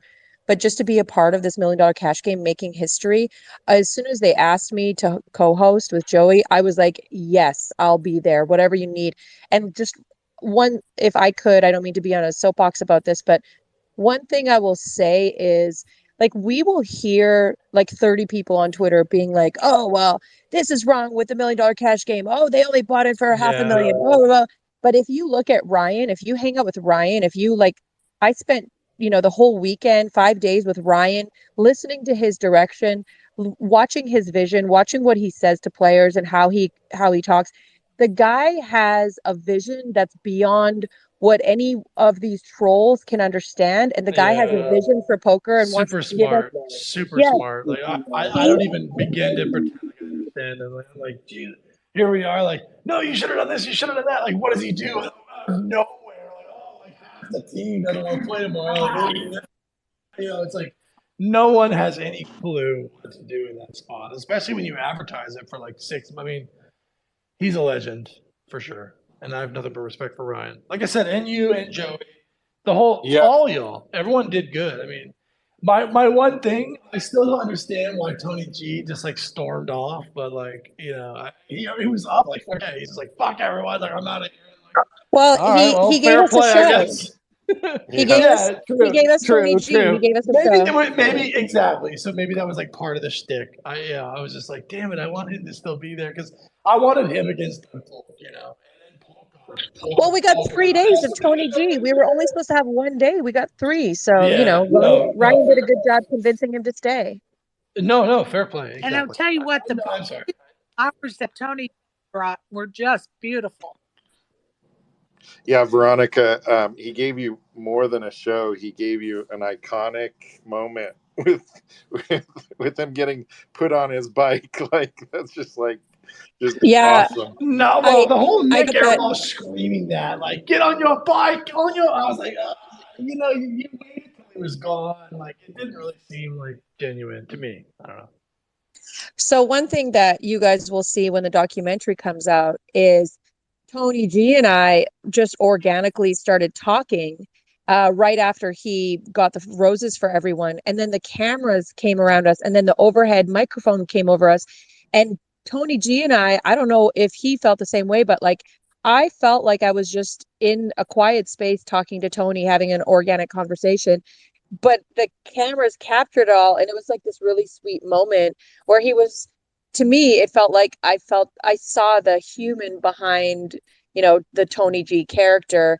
So hopefully the documentary can show that, because it was a really nice conversation. He was talking to me about traveling and poker and like just regular stuff, just two people having a nice conversation. It was cool, man, because I have been, admiring him for forever. That's what's nice is like That's cool. when the setup of the cameras and stuff like that. I know a lot of times at the WSOP they used to have these like mics that were on like cranes, or almost you wouldn't see them come into the table as you're like saying. One time I was saying a joke that I probably wouldn't have wanted on TV, and it's like I had to remind myself, like, hey, you better be careful what you're saying, because but it's really cool for people that those kind of situations, especially for people that aren't comfortable on camera and aren't used to talking, that you can just get the real authentic conversation, because that's ultimately what it's all about. So Deep, did you have anything? Yeah, man, I just wanted to share. I'm not as big of a player as you guys. I'm a regular type Joe, really. But the last time I was on here, I was speaking about Bet Online. I'm more of an online player, and sure enough, Bet Online fed me last week a bunch of bullshit and told me that I was in some rollover, which I never participate in rollovers ever because I know the trap. And basically, they told me I had to wager $4 more. So I just jumped in a sit and go double or nothing. And I was like, cool, I'll cash out tonight. It was about right under $200. And $200, for me, is a lot. You know what I mean? I mean, to you guys, it might be nothing, but I live by myself. I don't have kids. I've just got to take care of myself. You know what I'm saying? But anyways, they didn't pay me. And so this is what happened. They raised the limit on Bitcoin receiving. You have to make it. I had $197 in there. They made it to 200, and I was on the phone with them, and I was like, "So I can't speak to a supervisor, and y'all just put like $3 more. I've been loyal to y'all for like over 5 years, and y'all can't just put like $3 more, and we just make this a Bitcoin transaction. Like I know how call centers work. You know, like there's a admin I has don't think anyone here is like an advocate or a representative of any you of the can't. poker sides. Hey, Matt, can you fix your sound? Like you sound like you're cutting in and out. I don't know what's up with that. And Can basically, you, long story short, can you hear me better now? no, I can't. All right. But long story short, they basically I Solano feel was like you're getting effed, and it is what it is. But like, no one here can help you. Like, I don't think anyone here like has a stance no, on I anything. know. Yeah, but we still want to hear the story because if someone else is in the same situation, and this is like a positive poker story space, I think. So I want to hear how this Well, ended. Me too. basically, both ends are pointing the finger at the other end. You know, I allegedly put the wrong number. Instead of a 6, I put a 5 at the end.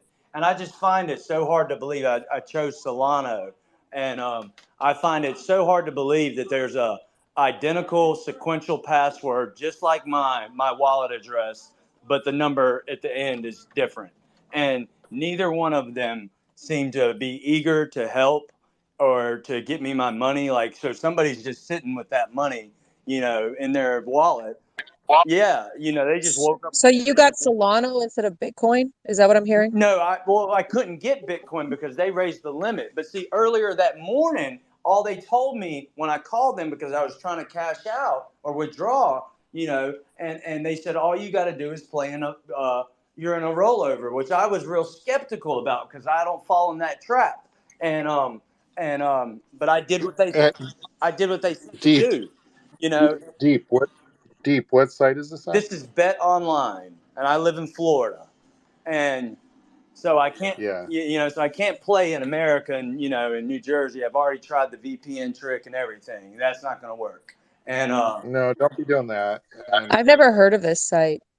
yeah, and I Neither. haven't either. So yeah, that's what I was gonna say. Veronica is like, be careful where you're playing. Like that's the only thing that I can tell you. Like, it's unfortunate. Like, you know, in most of the United States, um, we don't have regulated poker, and you know, you're gonna run across varying degrees of stuff, and then if the VPN stuff, I wouldn't encourage that either because you know they legally can just grab your money, you know, once they catch you. So um like even poker stars, you know, a few years ago I established a residence in Canada and went up there and did it all right and signed up, but I've never once logged into poker stars while I'm in the United States.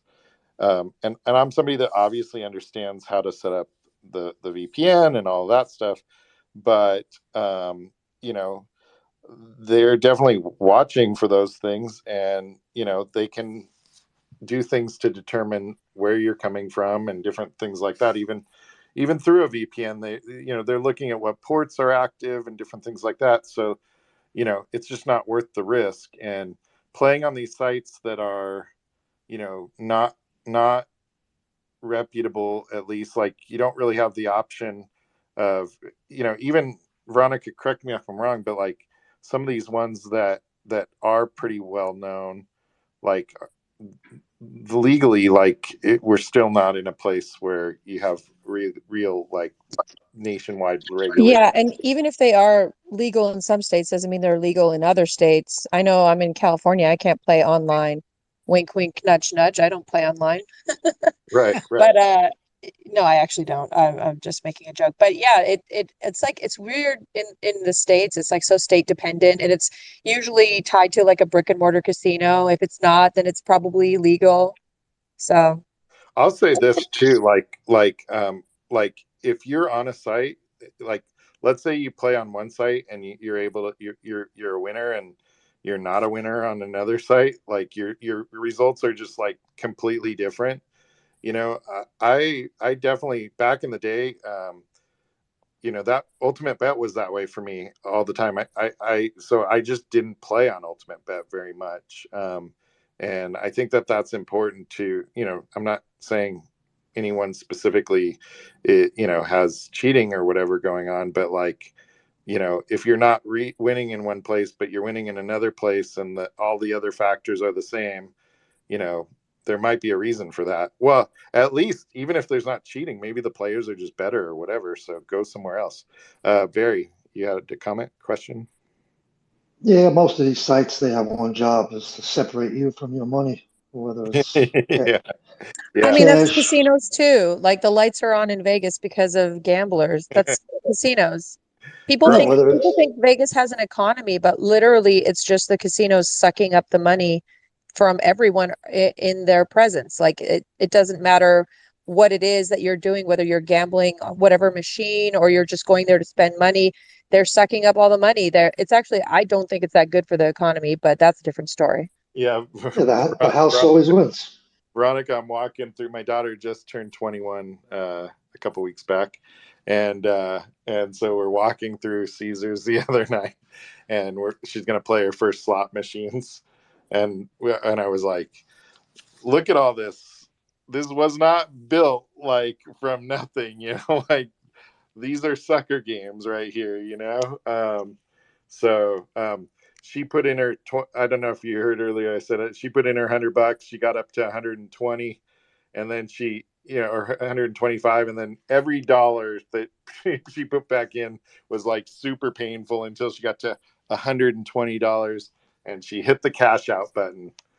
So yeah, if that's not bad enough too, like another kind of thing, you now take the slip to the cash out and you scan it, and there was 120 some dollars and some odd cents, right? So it says, do you want to donate the cents? And I'm like, no, I don't want to donate the cents. So what happens? It spits out the dollars and another receipt for 17 cents. So I went to Jack Effel. I said, hey, here's our receipt. We need our 17 cents, buddy.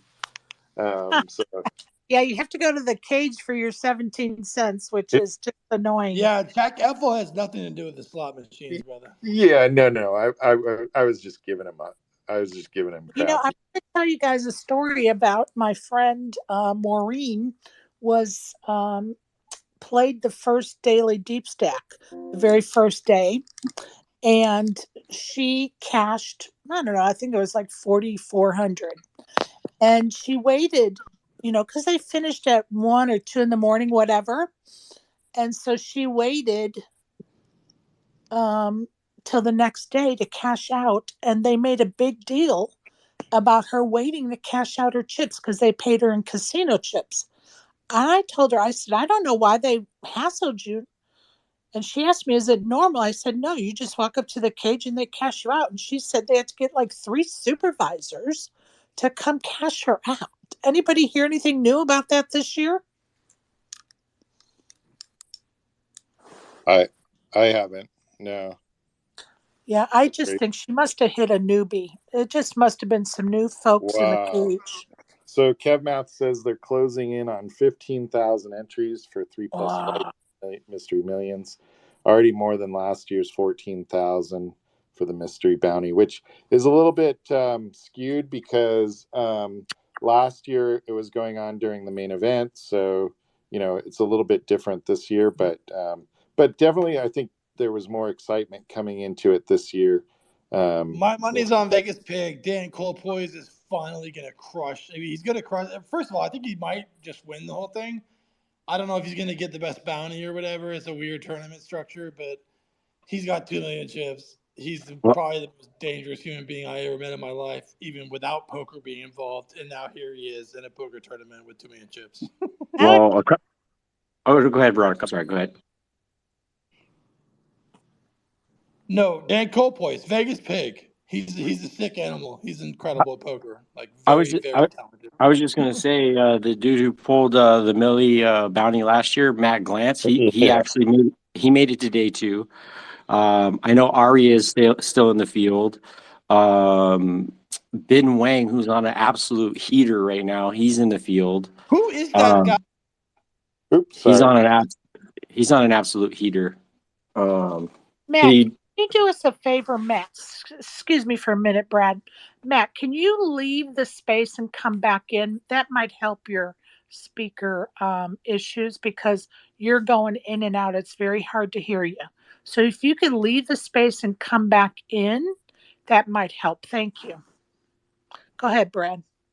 But yeah, software hit the nail on the head though. They last year they did the Millie bounty event during it ran into the main event. It overlapped for sure. I do remember that. Yeah, and I just don't think as many people were ready for it as Right. As this year. And by the way, I remember Matt tweeting stuff like, "I'm gonna take it down," and so then he goes up there and just pulls the card. It's like just How crazy. exciting is that? It was totally fun to see. Fun. Yeah. Fun. So Yeah, especially since he's already a millionaire, so that's fun. Watching a millionaire win $1 million. I hear you. I hear you. Yeah, I do totally. kind of like the setup that they did for the Millie bounty. It's like a slot machine type of thing with on the keyboard. It's like an iPad that they bring to you, and it like rotates like treasure chests, and then if it's up to like 5K, then it'll pop up the amount. Otherwise, if it's a gold chest, you go up to the stage and actually pull an envelope. It was kind of cool how they set it up. I thought it was pretty neat. I'm Wait, going to so be honest with go you. through that again, Brad. All right, so let's say for step one is bounties don't start until day 2, which is approximately I think they pay down to 15%, but day 2 doesn't start until you get to about probably 90% of the field gone. So it's about 10% ballpark, and then so then on day 2, you start collecting bounties from when you knock people out, and then it's like an iPad that they pass around, and then it's like a slot machine type of thing, and then it spins and around these numbers and these chests, and if it opens up and it's 5,000 or less, or whatever the number was, then you collect it, and then if it's like a gold chest, then you go up to the podium and you pull an envelope, and from there they had like 10,000 all the way up to 1 million. And Like Okay. the golden I'm just ticket. going to If it's a tell you golden something. ticket or or something, the then you golden get ticket or something. Yeah. Okay. I'm like just going last to year, tell you, same thing. Yeah. I don't want no electronics involved when it comes I to don't that. know. I I don't know want if to they're doing walk it up this year, there. but I want to walk up there and pick out an envelope from a bin or something. I don't want no I want electronics. PPE to weigh in. Poker Pro Eric, can you talk about this? Are you there? I feel like remember we were talking about this like 2 nights ago, and he had a good point about this when it came to the bounties, and maybe he's not there. I don't Well, know. I as just think somebody, part of the excitement is to walk up, pick an Yeah, envelope, no, Sherry, pull it, 100%, 100%, I agree. And but for that part, yes, I 100% agree. But you remember when we were talking about this, I think they rectified it. Like as we said earlier, PPE said something about how because remember when Matt Glantz pulled the 1 million, that like first place was 772 or something. So like yeah, first place, the that's guy that won the tournament won less than Matt Well, Glantz they did pulling the 1. rectify that. So there's Yeah. So they there's figured that out, a but it's minimum of, still. yeah. Yeah, so I don't know. To me, and I also think that PPE the other day was also saying something that I agree with when it was like instead of like there being $1 million bounty, like why not like 2,000 Ks, right? Like yeah. anybody 100xing their money is imagine if there's 2,000 X's, right? I mean like or how about like there's just a shitload of 25Ks. Like Well, nobody, put a hey, I 100 tell you, million of 25Ks in there. I don't think anybody's going to argue that if you spread it around, it's a better idea, right? But the whole concept was to make a millionaire out of that bounty. And they did Yeah. rectify. So first Yeah. place is True, guaranteed true, a true. million to match No, that you're bounty. right.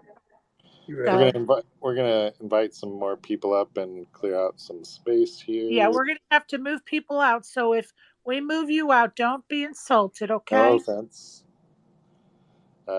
And did you bring up Let me Hey, hit Richie. this. And Richie. Okay. Let's see. Where did they go? I just invited up They're still. Sean. Did you come up here or no? No, not yet. Go ahead, Richie. Did you have something for us, pal? Yeah, go Yeah, ahead, a couple Rich. of things. So one of the things with the millionaire, where I mean, I'm coming from New York, so I'm not going to make that anyways. But one of the things that made me not really even want to play, and I didn't know, maybe I'm wrong on this, was the money's. If they're putting $1 million on a bounty, on this, that means $1 million off the prize pool, and that seems like an awful lot for one Yes. random person to win. And that just to me, like if I make a giant run, come in sixth place, and I get 18th place money, I just kind of would feel like, wow, that sucks. Well, that's coming out of the prize pool. So all of that money is essentially becoming kind of a lottery, right? Right. So But you uh, know that in, so it's not a No, I'm not. surprise. I'm not saying that they're being anything here. It's just saying like yeah. that million that thing is not at all enticing to me. For that reason, I would not want to play it. Like, sure, I would love to win the million, and then I'd be like, this is the greatest thing ever. But it just seems to me Right. like I would much rather play another tournament where. That's why I don't like those big, the when you go to a cash game in the casinos and they take $1 for the bad beat jackpot. How many dollars have I lost over the years to only win $200 off that bad beat jackpot because someone in the casino won once? Way more than 200. So it just doesn't seem worth it to me. I hear you. I hear you. Valid points for sure. Yeah. Valid Yeah. points. You're taking way too much out of the prize pool to be able to, to not have it have an effect on the overall prizes of the actual tournament. And last year was really, a prime example of that. Also, too, Richie, is to straighten that out, they've guaranteed $1 million to first place now. So Right. is that going to have Let's a just look at those numbers, right? They're yeah? not hurting. They got 15,000 people signed up. So somebody likes this No, of format. course. I don't think people are Oh yeah. thinking about it as strategically as maybe they should, though. And so now we're talking about $2 million off of the prize pool. That if you don't come in first or you don't win that bounty, you would have made more money in a different way. I just think Right. that's kind of like the worst tournament I would register in for the WSOP, especially someone like me who's this is a large part of my expenses through the year, entertainment expense going to World Series because I need to win a lot of money to break even with flight and airfare and week off of work, right? Right. So for me, I need to be able to try to find an equitable tournament. Now that I'm over 50, I'm hoping that the Masters one is that. And Sherry, if you're there, then I would love to come say hi. Uh, That would be awesome. yeah, because you're it's very. I love that I could find you on this space. It's really cool. So Well, thank you. I appreciate you. And, I get a little bit busy when I'm out there, but definitely if you see a tweet that I'm out there, definitely DM me and, we'll definitely meet up and yeah, say hello. that's it. And one last thing, peaches are the best and the worst fruit because, like you said, like they taste great, but they're like a cat. They're so finicky. It's like you have Yep. to eat it on Tuesday at 11:33 p.m. or else And you're it's screwed. delicious at Tuesday at 11:30. But after that, Yeah. Let me just tell you that the peaches I get, I've been doing a peach stand. I want to say this is my ninth year, maybe. And let me tell you that my return customer rate is 98%. wow. Oh, I'm sure. Yeah, that's how good they are. I'm sure. We're on our way. It's We're going to go to the airport, catch a flight, Sherry. I hear you. Kevmath was calling attention to this earlier, and I just wanted to reiterate because in case people are over at the horseshoe trying to get in, or at home trying to get in, Right. if you're going on the website and you're seeing that there's no registration button, then just keep refreshing it.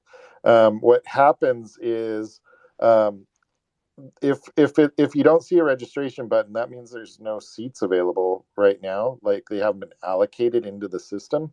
So literally the same thing happens when you're in line at the cage. I don't know if you guys have ever been there, when like they stop selling seats and everybody's freaking out. There's like this huge line. They're like, what's Yeah. going on? Because everybody knows that, you're going to have to get that late reg ticket, and you don't really have a seat anyway. So but the reason this happens is because they have to allocate seats. They have to keep allocating seats all day long. So the moral to the Selling through. story is to keep refreshing until Yeah. you get the toggle that allows you to buy a seat. And I would say this too, like, a lot of times you're sitting in that, you're rushing around trying to get in, and you're waiting in line and you're irritated and all that stuff. You've got to calm your mind before you go to the table. So, like, take a deep breath and Right on. realize that, it is a fast structure, but early on, you have plenty of chips, you have plenty of time to still make stuff happen, and just don't go to the table in such a rush. I've seen so many people come in angry, and they're like playing too many hands and not playing very smart and that kind of Well, stuff. and don't forget that you're going to walk in the door probably angry from the traffic you just been through for the last hour to hour and a half. So add that ticket line, that buying your seat line onto it. You're not going to be in a good headspace, like Brian's saying. So take a minute or two first. Yeah, and and unless you happen to be in another event this summer and you end up at my table, then by all means, you should come there really, like, annoyed and ready to put chips in the pot. On Just that donk front. your chips off to me, Brian. That's all I got to say is donk them off to me, brother. Yeah, exactly. So if you're not there yet, go over there, get in line. Realize that although you have one entry, the more valuable thing is today you have a seat right now. So do your best to realize that it may be the only seat that you get today. They have a huge field over there that's just going to be, very difficult to deal with. That said, don't be discouraged. Get in line, and just take your time, and don't get all crazy. But once you Hey, get there, play good. a couple of housekeeping things that we mentioned earlier, but I know we have some new listeners. First, the 1 p.m. Deep Stack has been canceled. That $250 Deep Stack has been canceled for today only, as thus far. And also the 3 p.m. $240 Mega Satellite has been canceled for today. Now, I wanted to ask you, I don't know how I've missed this, but I noticed on somebody's tweet this morning that they listed an 8 p.m. $200 daily deep stack today. Has there been an 8 p.m. daily deep stack that I've just not known Well, no, about? there's Or never is been it? a millions like this though, Sherry. Yeah, but what I'm saying is, did they add that for today, or was it on the schedule and we've been missing it when Well, yeah, we've it's because gone over they the deep? rescheduled the 1 p.m. Oh, they were going to reschedule it for Okay. later on because they knew that there Okay. was going to I be was like, a big field, maybe. thank you, Eric, because I was like, I swear to God, we've gone over these deep stacks 4 or 5 times, and I don't remember an 8 p.m. Yeah, I don't. Yeah, I think that's the case. There's only a 1 and a 4 o'clock. Brad, do you have something Well, to add? and the 1 p.m. is a 250, and this is only a 200, so that's interesting. That's only a 100. Yeah, Brad, did you have something to add? Yeah, so I just had a couple corrections on my previous statement. So they're playing down to 5% of the field, basically, to get to day two ballpark. So that was one minor correction. And then Ben Wang and Josh Aria cashed, but they did not bag. One other notable name is Maria Konnikova. She's still in the field. But And I so just wanted to make those corrections. I'm sorry, Sherry. JJ Liu, I think, still in the field too from 1B, I believe. Once Don't they get today over with, I'll go through and make a list of. I always try to pick out a few ladies at the top to mention. I asked somebody about JJ because I've only played with her once years ago, Right. and they were saying she's like very very sweet lady, She is such and a good player too. she is such a delight at the table. She is so fun at the table, and she is just a man.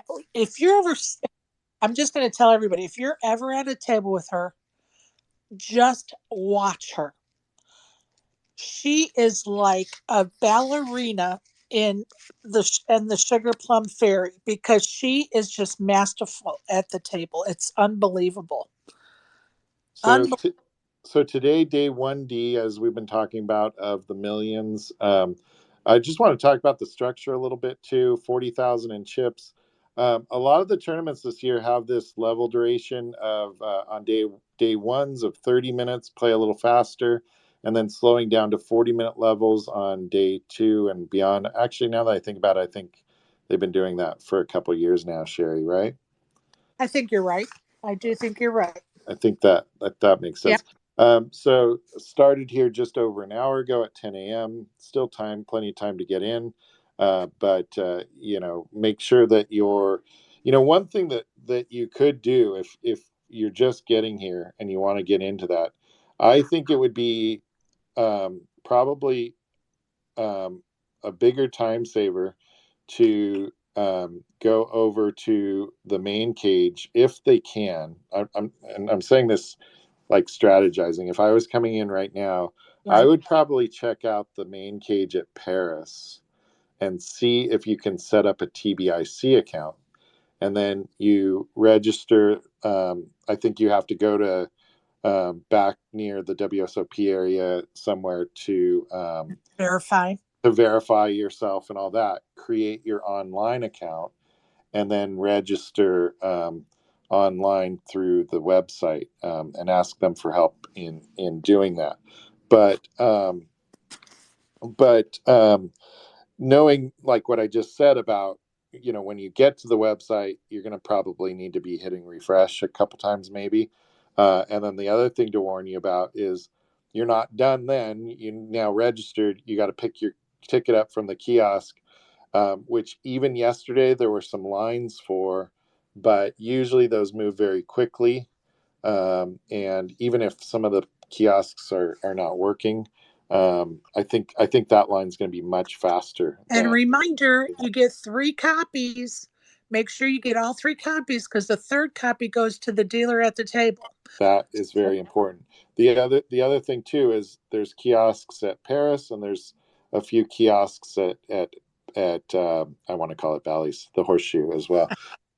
So day one on the Mystery Millions, it started, like I said, about an hour ago, just over an hour ago. They're going to play 22 levels, 20-minute breaks every 4 levels, and a 75-minute break after level 16 at about 7 p.m. But with these big fields, that's likely to get pushed back. I don't know if they have a color up before the dinner break, but I want to say yesterday when I was in there, they had a color up. It seemed like they were doing a color up around like 4 o'clock or something like that, but that could have been a different tournament or who knows. There Right. was about a 4 o'clock break with a lot of people that took a long time. So as you know, in tournaments, I'm sure with these big fields, they go to do these color ups. If it's on a normal break, that 20-minute break, they won't start the clock on at right away as they go to break. So sometimes you can be like 20 minutes, a half an hour later or longer before they even start the clock.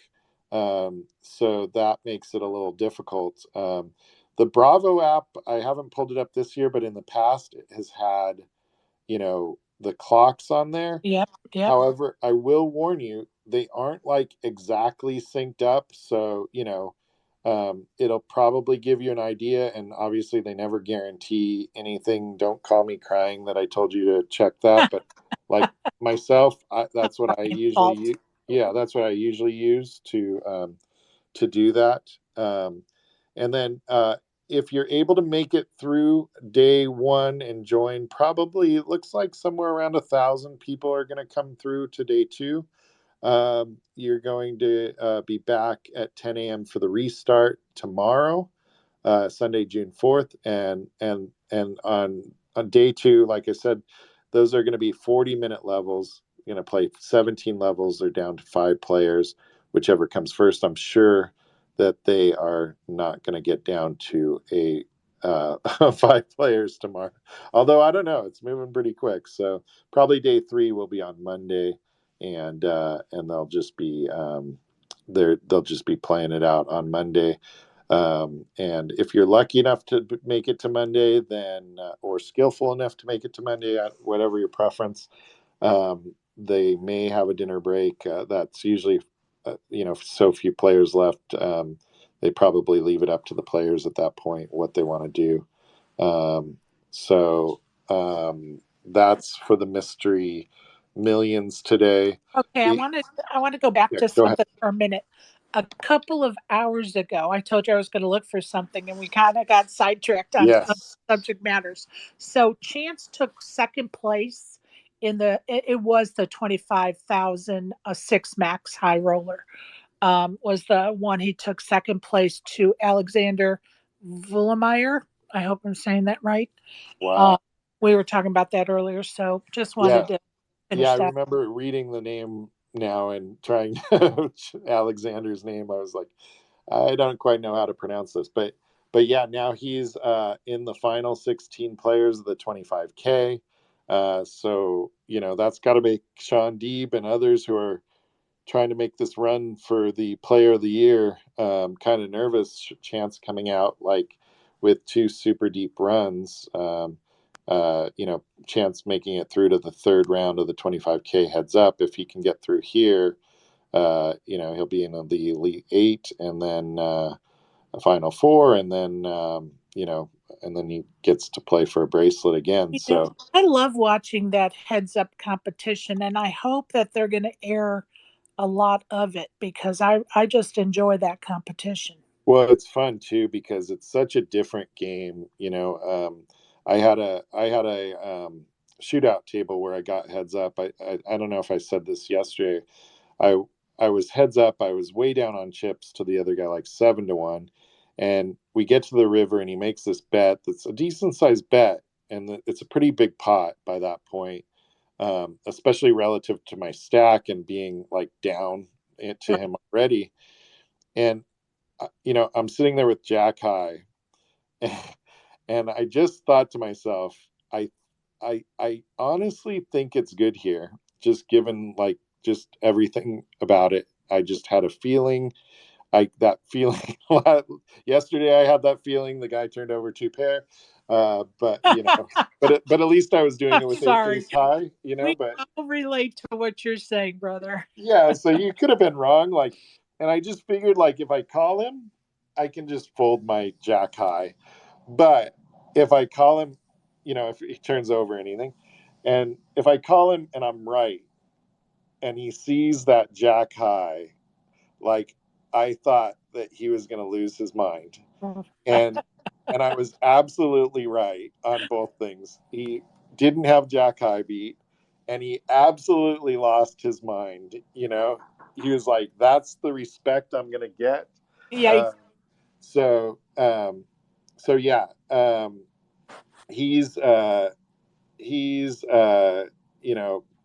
when you're in these heads up battle, it's just a different kind of flow of everything, and you've got to realize, like, you're jabbing and weaving and all that kind of stuff, and the reality is a lot of most hands, right, your heads up, like, you know, most times nobody's going to have anything, so it's really an art for these people that are good at it. I don't think they're like just ripping off Jack High all the time and making those hero calls like that. But I'll say, Sherry, after that hand, we probably went another 20 hands or so where he did the exact wrong thing every single time. Like if I had it, he called.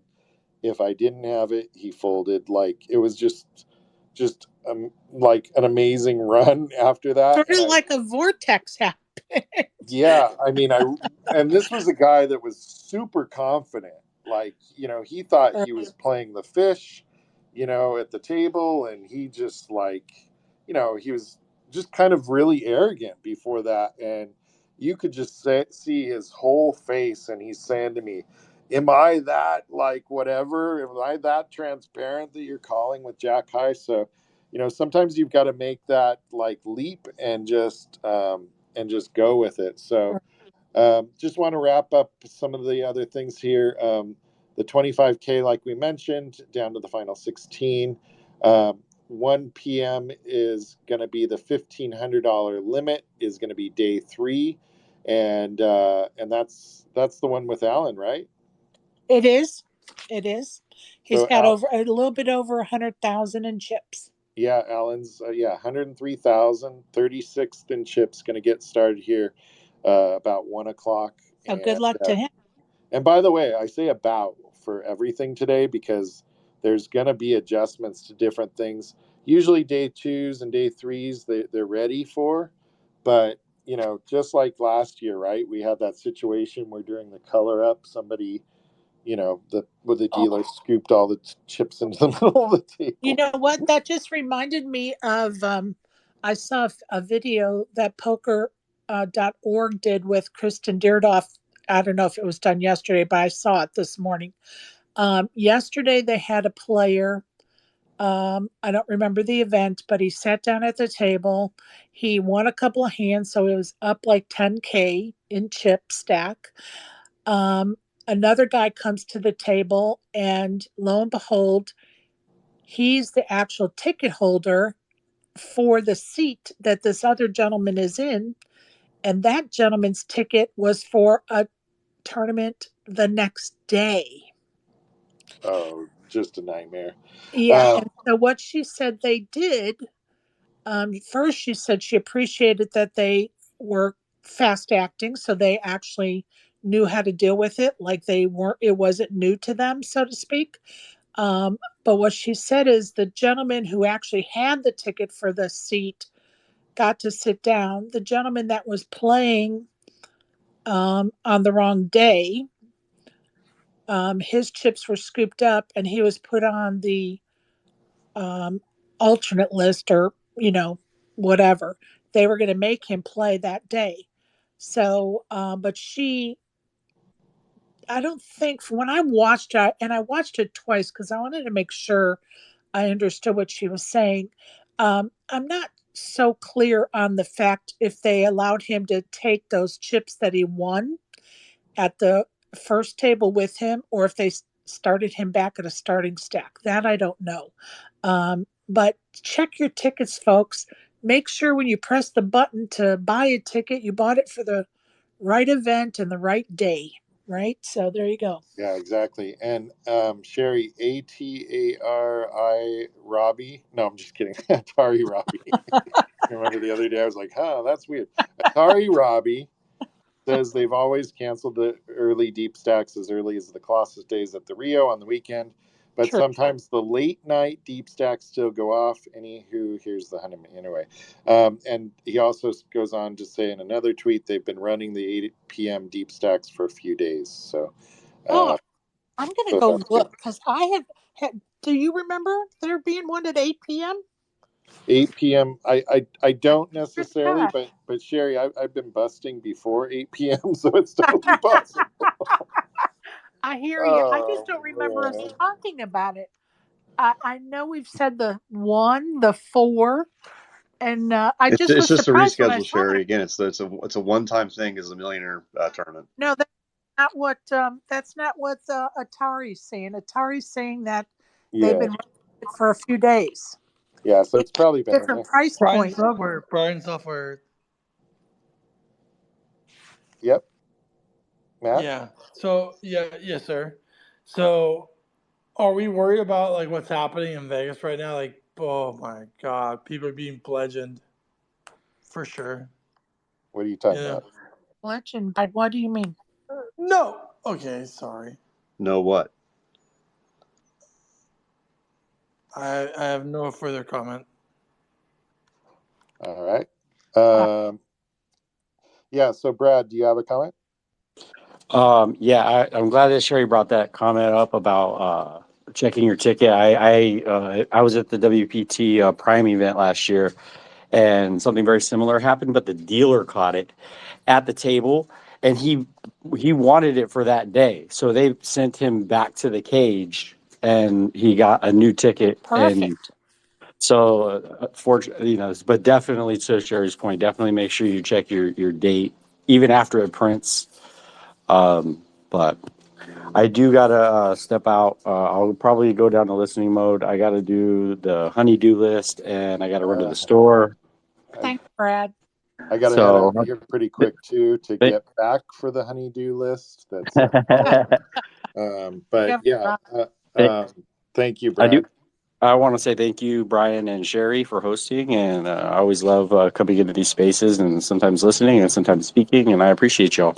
Oh, we always want Thank you up here. You have a lot of great insight for things, and it's really, really good to have bring the community together.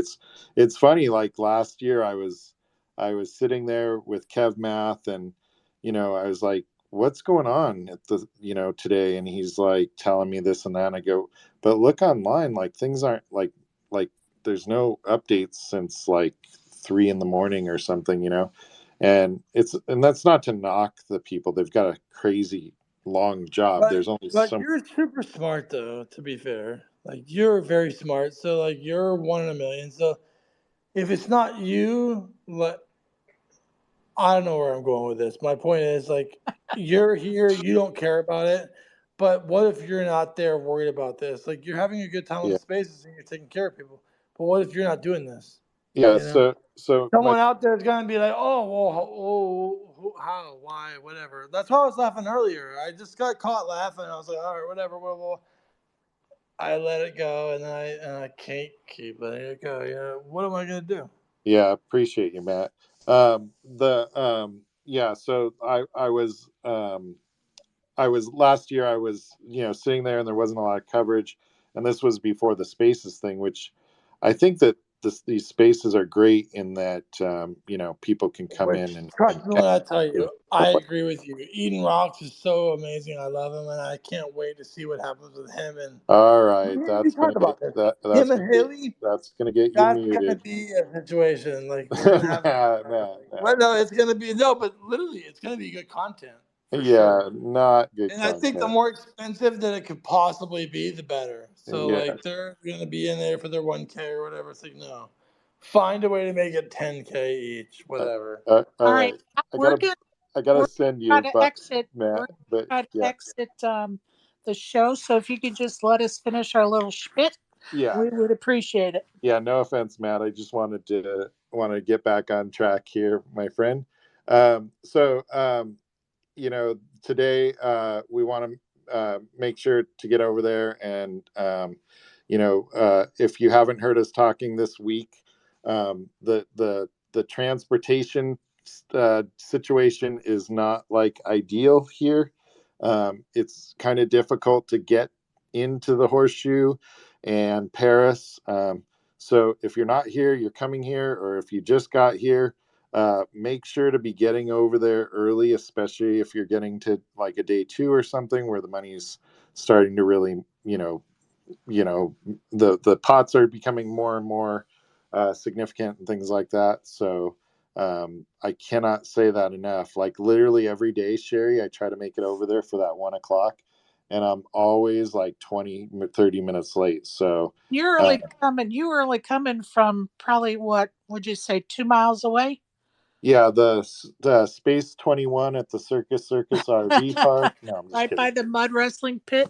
Um, Basically the other side of the strip, but basically just off the just past Mandalay Bay that we right, were but staying. it's a very short distance away is my point. So, Yeah, it's Midtown. The traffic right now because of construction is Midtown. So just know that and leave yourself lots of extra time because you're also going to have lines to get through that are long. Yeah, Now, if you that guy, if you can stay on site at the Horseshoe or Paris, like right? that's probably The, worth some type of vig, I guess. So go yeah, ahead. sure. That guy has his hand raised. Yeah, go ahead. That guy. That guy, unmute your microphone. VOJ Ninchak. That guy, you Just got hit your hand it. raised. Undo your microphone. Unmute Yeah, in yourself, bud. the bottom left corner. Hopefully if you're not on the app, then you might not be able to come in here. So yeah, I agree. Deep. I'm not sure. Deep dark crypto. I agree. So anyway, back to what we were saying. If you're staying on site, like obviously that's probably worth maybe a little bit extra money. And then obviously the hotels around there. But if you can't do that, like one of the other options is to stay somewhere where you have monorail access. We were debating earlier whether the monorail connects to Resorts World yet. I think you're right about that, Sherry. And if it doesn't, I think that you could technically take the tunnel um, over to the monorail, but don't quote me because Well, I'm not it's sure not. on any of Okay, that. let me just say this. I don't believe the monorail goes right to Resorts World. I think you have to walk like a block from Resorts World to the monorail, which Yeah, to me is a better choice. If you take the underground Uber system, then you got to get out at the convention center and then go catch the monorail. For me, I want one stop. So I'd yeah. rather walk the block, get the monorail. It'll take me right to Oh, I uh, see what you're saying. Yeah, right to Harris, or not Harris, right to valleys, Bally's shoehorn. No, I'm just kidding. Shoehorn. So Horseshoe. listen, folks, we appreciate y'all coming on with us today. Do you have anything else, Brian? No, I don't have anything else. Have a good day, guys, and hope you guys are able to run up your stacks. And if you're not here, you're heading into town. You know, get here early and get your chips in often, I guess you'd say. But really enjoy everybody joining. Thanks to Veronica and Sherry and everybody else, Poker Pro Eric, everybody else that spoke today, and we really appreciate all you guys joining. Okay.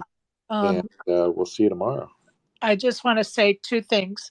One, deep stack or deep. I'm sorry, I was going to say deep stack. Deep dark crypto. Did you have one last thing, and Yeah, then after that, I was just going to ask, does anybody have any recommendations for a site online that's halfway legit? I will never recommend an on-site online site. I'm just not. If I'm in Vegas, I'll play the WSOP because it's legal. So Right, that's where I'm at. right. Okay. Yeah, see, I've never Yeah. had a problem with them paying me before. That's what's so heartbreaking about it. You know what I mean? I hear. And I'm ready to redeposit. And it's just. But yeah, I'll, if we're I'll, wrapping I'll it up. I'll say this, my friend, that really take a lot of thought into how much time you spend thinking and getting upset about that, and put the efforts into stuff that's positive. Like, do everything that you can to get your money, obviously, but in the end, like, I firmly believe, like, in the reality is it's just money, and experiences and your life, happiness, all that, family, all that stuff is way more important than any of Amen. that. So on that I note, my wanted to, friends, you know yeah, what, I go ahead, wanted sir. to say one more time.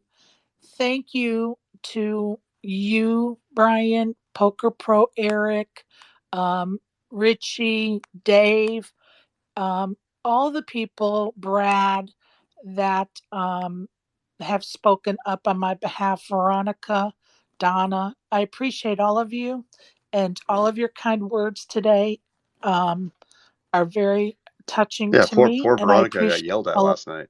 That was a shock. Yeah, we're unbelievable. all a family, and I think that it's really important that people um, aren't just like needlessly confrontational, but when someone's really over the line, like, saying something, and then just like I was saying to Deep, like, I'm not gonna, like, let's not dwell on it, Right. like, let's move on. You can block people online who aren't being appropriate, um, which is actually funny because this same person I actually encouraged to not block people. But if you can avoid it, I don't believe in blocking people. But somebody that's like abusive and stuff like that, like, yeah, they're getting a block. So Sean, did you have something? No, guys. Brian, I like you hosting this early space. Sherry, what's up? PPE, what's up? Hey, Hope you guys are having a great day. I hit the button on accident. My daughter was messing with my phone. We just got back from a dance rehearsal. She's got a recital next Friday, and she was messing with my phone. So, Well, but I heard you well, got yelled at last night too, huh? I just try to give some sound advice, and some people just can't keep an even be even keeled and listen. And I've just gotten to the point where there's no reason even to try anymore. People with much bigger voices in the community have tried, and it doesn't work. So I'm done trying. I Yeah, appreciate you, Sean. Thank you. yeah, I appreciate you jumping in there and doing that. And like I was saying earlier, guys, like, it's really important, whether it be this situation or others, if you're dealing with somebody that likely has these kind of issues, um, they're not gonna they're not gonna listen to you, because ultimately everything in life is about them, and there's like very little to no empathy. And until they figure it out for themselves, which everybody has a pain threshold, so their own pain threshold, so that pain threshold, if you're around and you're contributing to their you're involved in their life, that pain threshold is a threshold that may not be one that you're may not be your pain threshold, is what I'm trying to say. Right. But they're going to very much drag you into that kind of situation. So I just choose to do something different with my life. So Well, you know what you need to choose to do now is get your daughter in the car and drive home. yes, we've got to get home, and we've got a thing for our church tonight. So we're going to go do that, and she will be mad at me if we don't go do that. So I really appreciate all of you Good show, guys. bud. Have a great rest of the day. We'll see you guys tomorrow, and we'll have highlights of the day 2 for the millions, and I'm sure a ton of other things. Now we're getting into the cycle of having many events running and things like that. So a lot of updates tomorrow. We should be going live somewhere around 9 o'clock Pacific. So we'll see you guys all then. Thanks. Thanks, Thank everybody. you. Bye bye. Brian, one last quick thing. I sent you a DM. It looks like people are having trouble with the Bravo account. Yeah. And getting, I guess, second bullets and having to wait online and having to re-verify their accounts. So Yeah. just a Really. heads up there. Yeah, really important. Usually the problems with that, the re-verify, I don't know, but usually the problem is that you go in there and it doesn't show that you can register. And what that means is there's no seats available. Um, that's always a temporary problem. If you've been in line and they stopped selling, the same thing's happening there in the lines. So what you need to do is exactly what the cashier does in front of me, like, just refresh it, and it'll open up. And by the way, it's not something where they open it and typically like 3 seconds later they're all gone. Um, it does take a chunk of them, obviously, because people are refreshing, but they probably open up 50 or 100 seats at a time. So just keep refreshing, and eventually that register button will come up.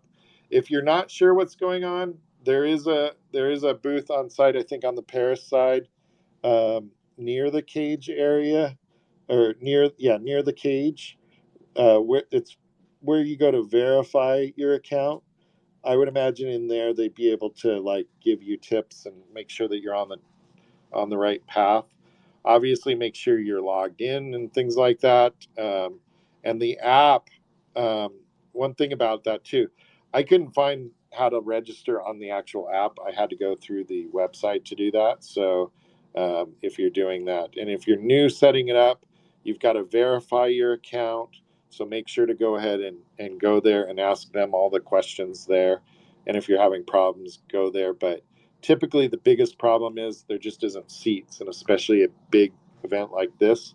Um, well, what you're getting isn't seats. You're getting a ticket to go stand in the line to get a seat, and for some reason they don't just like open that wide up.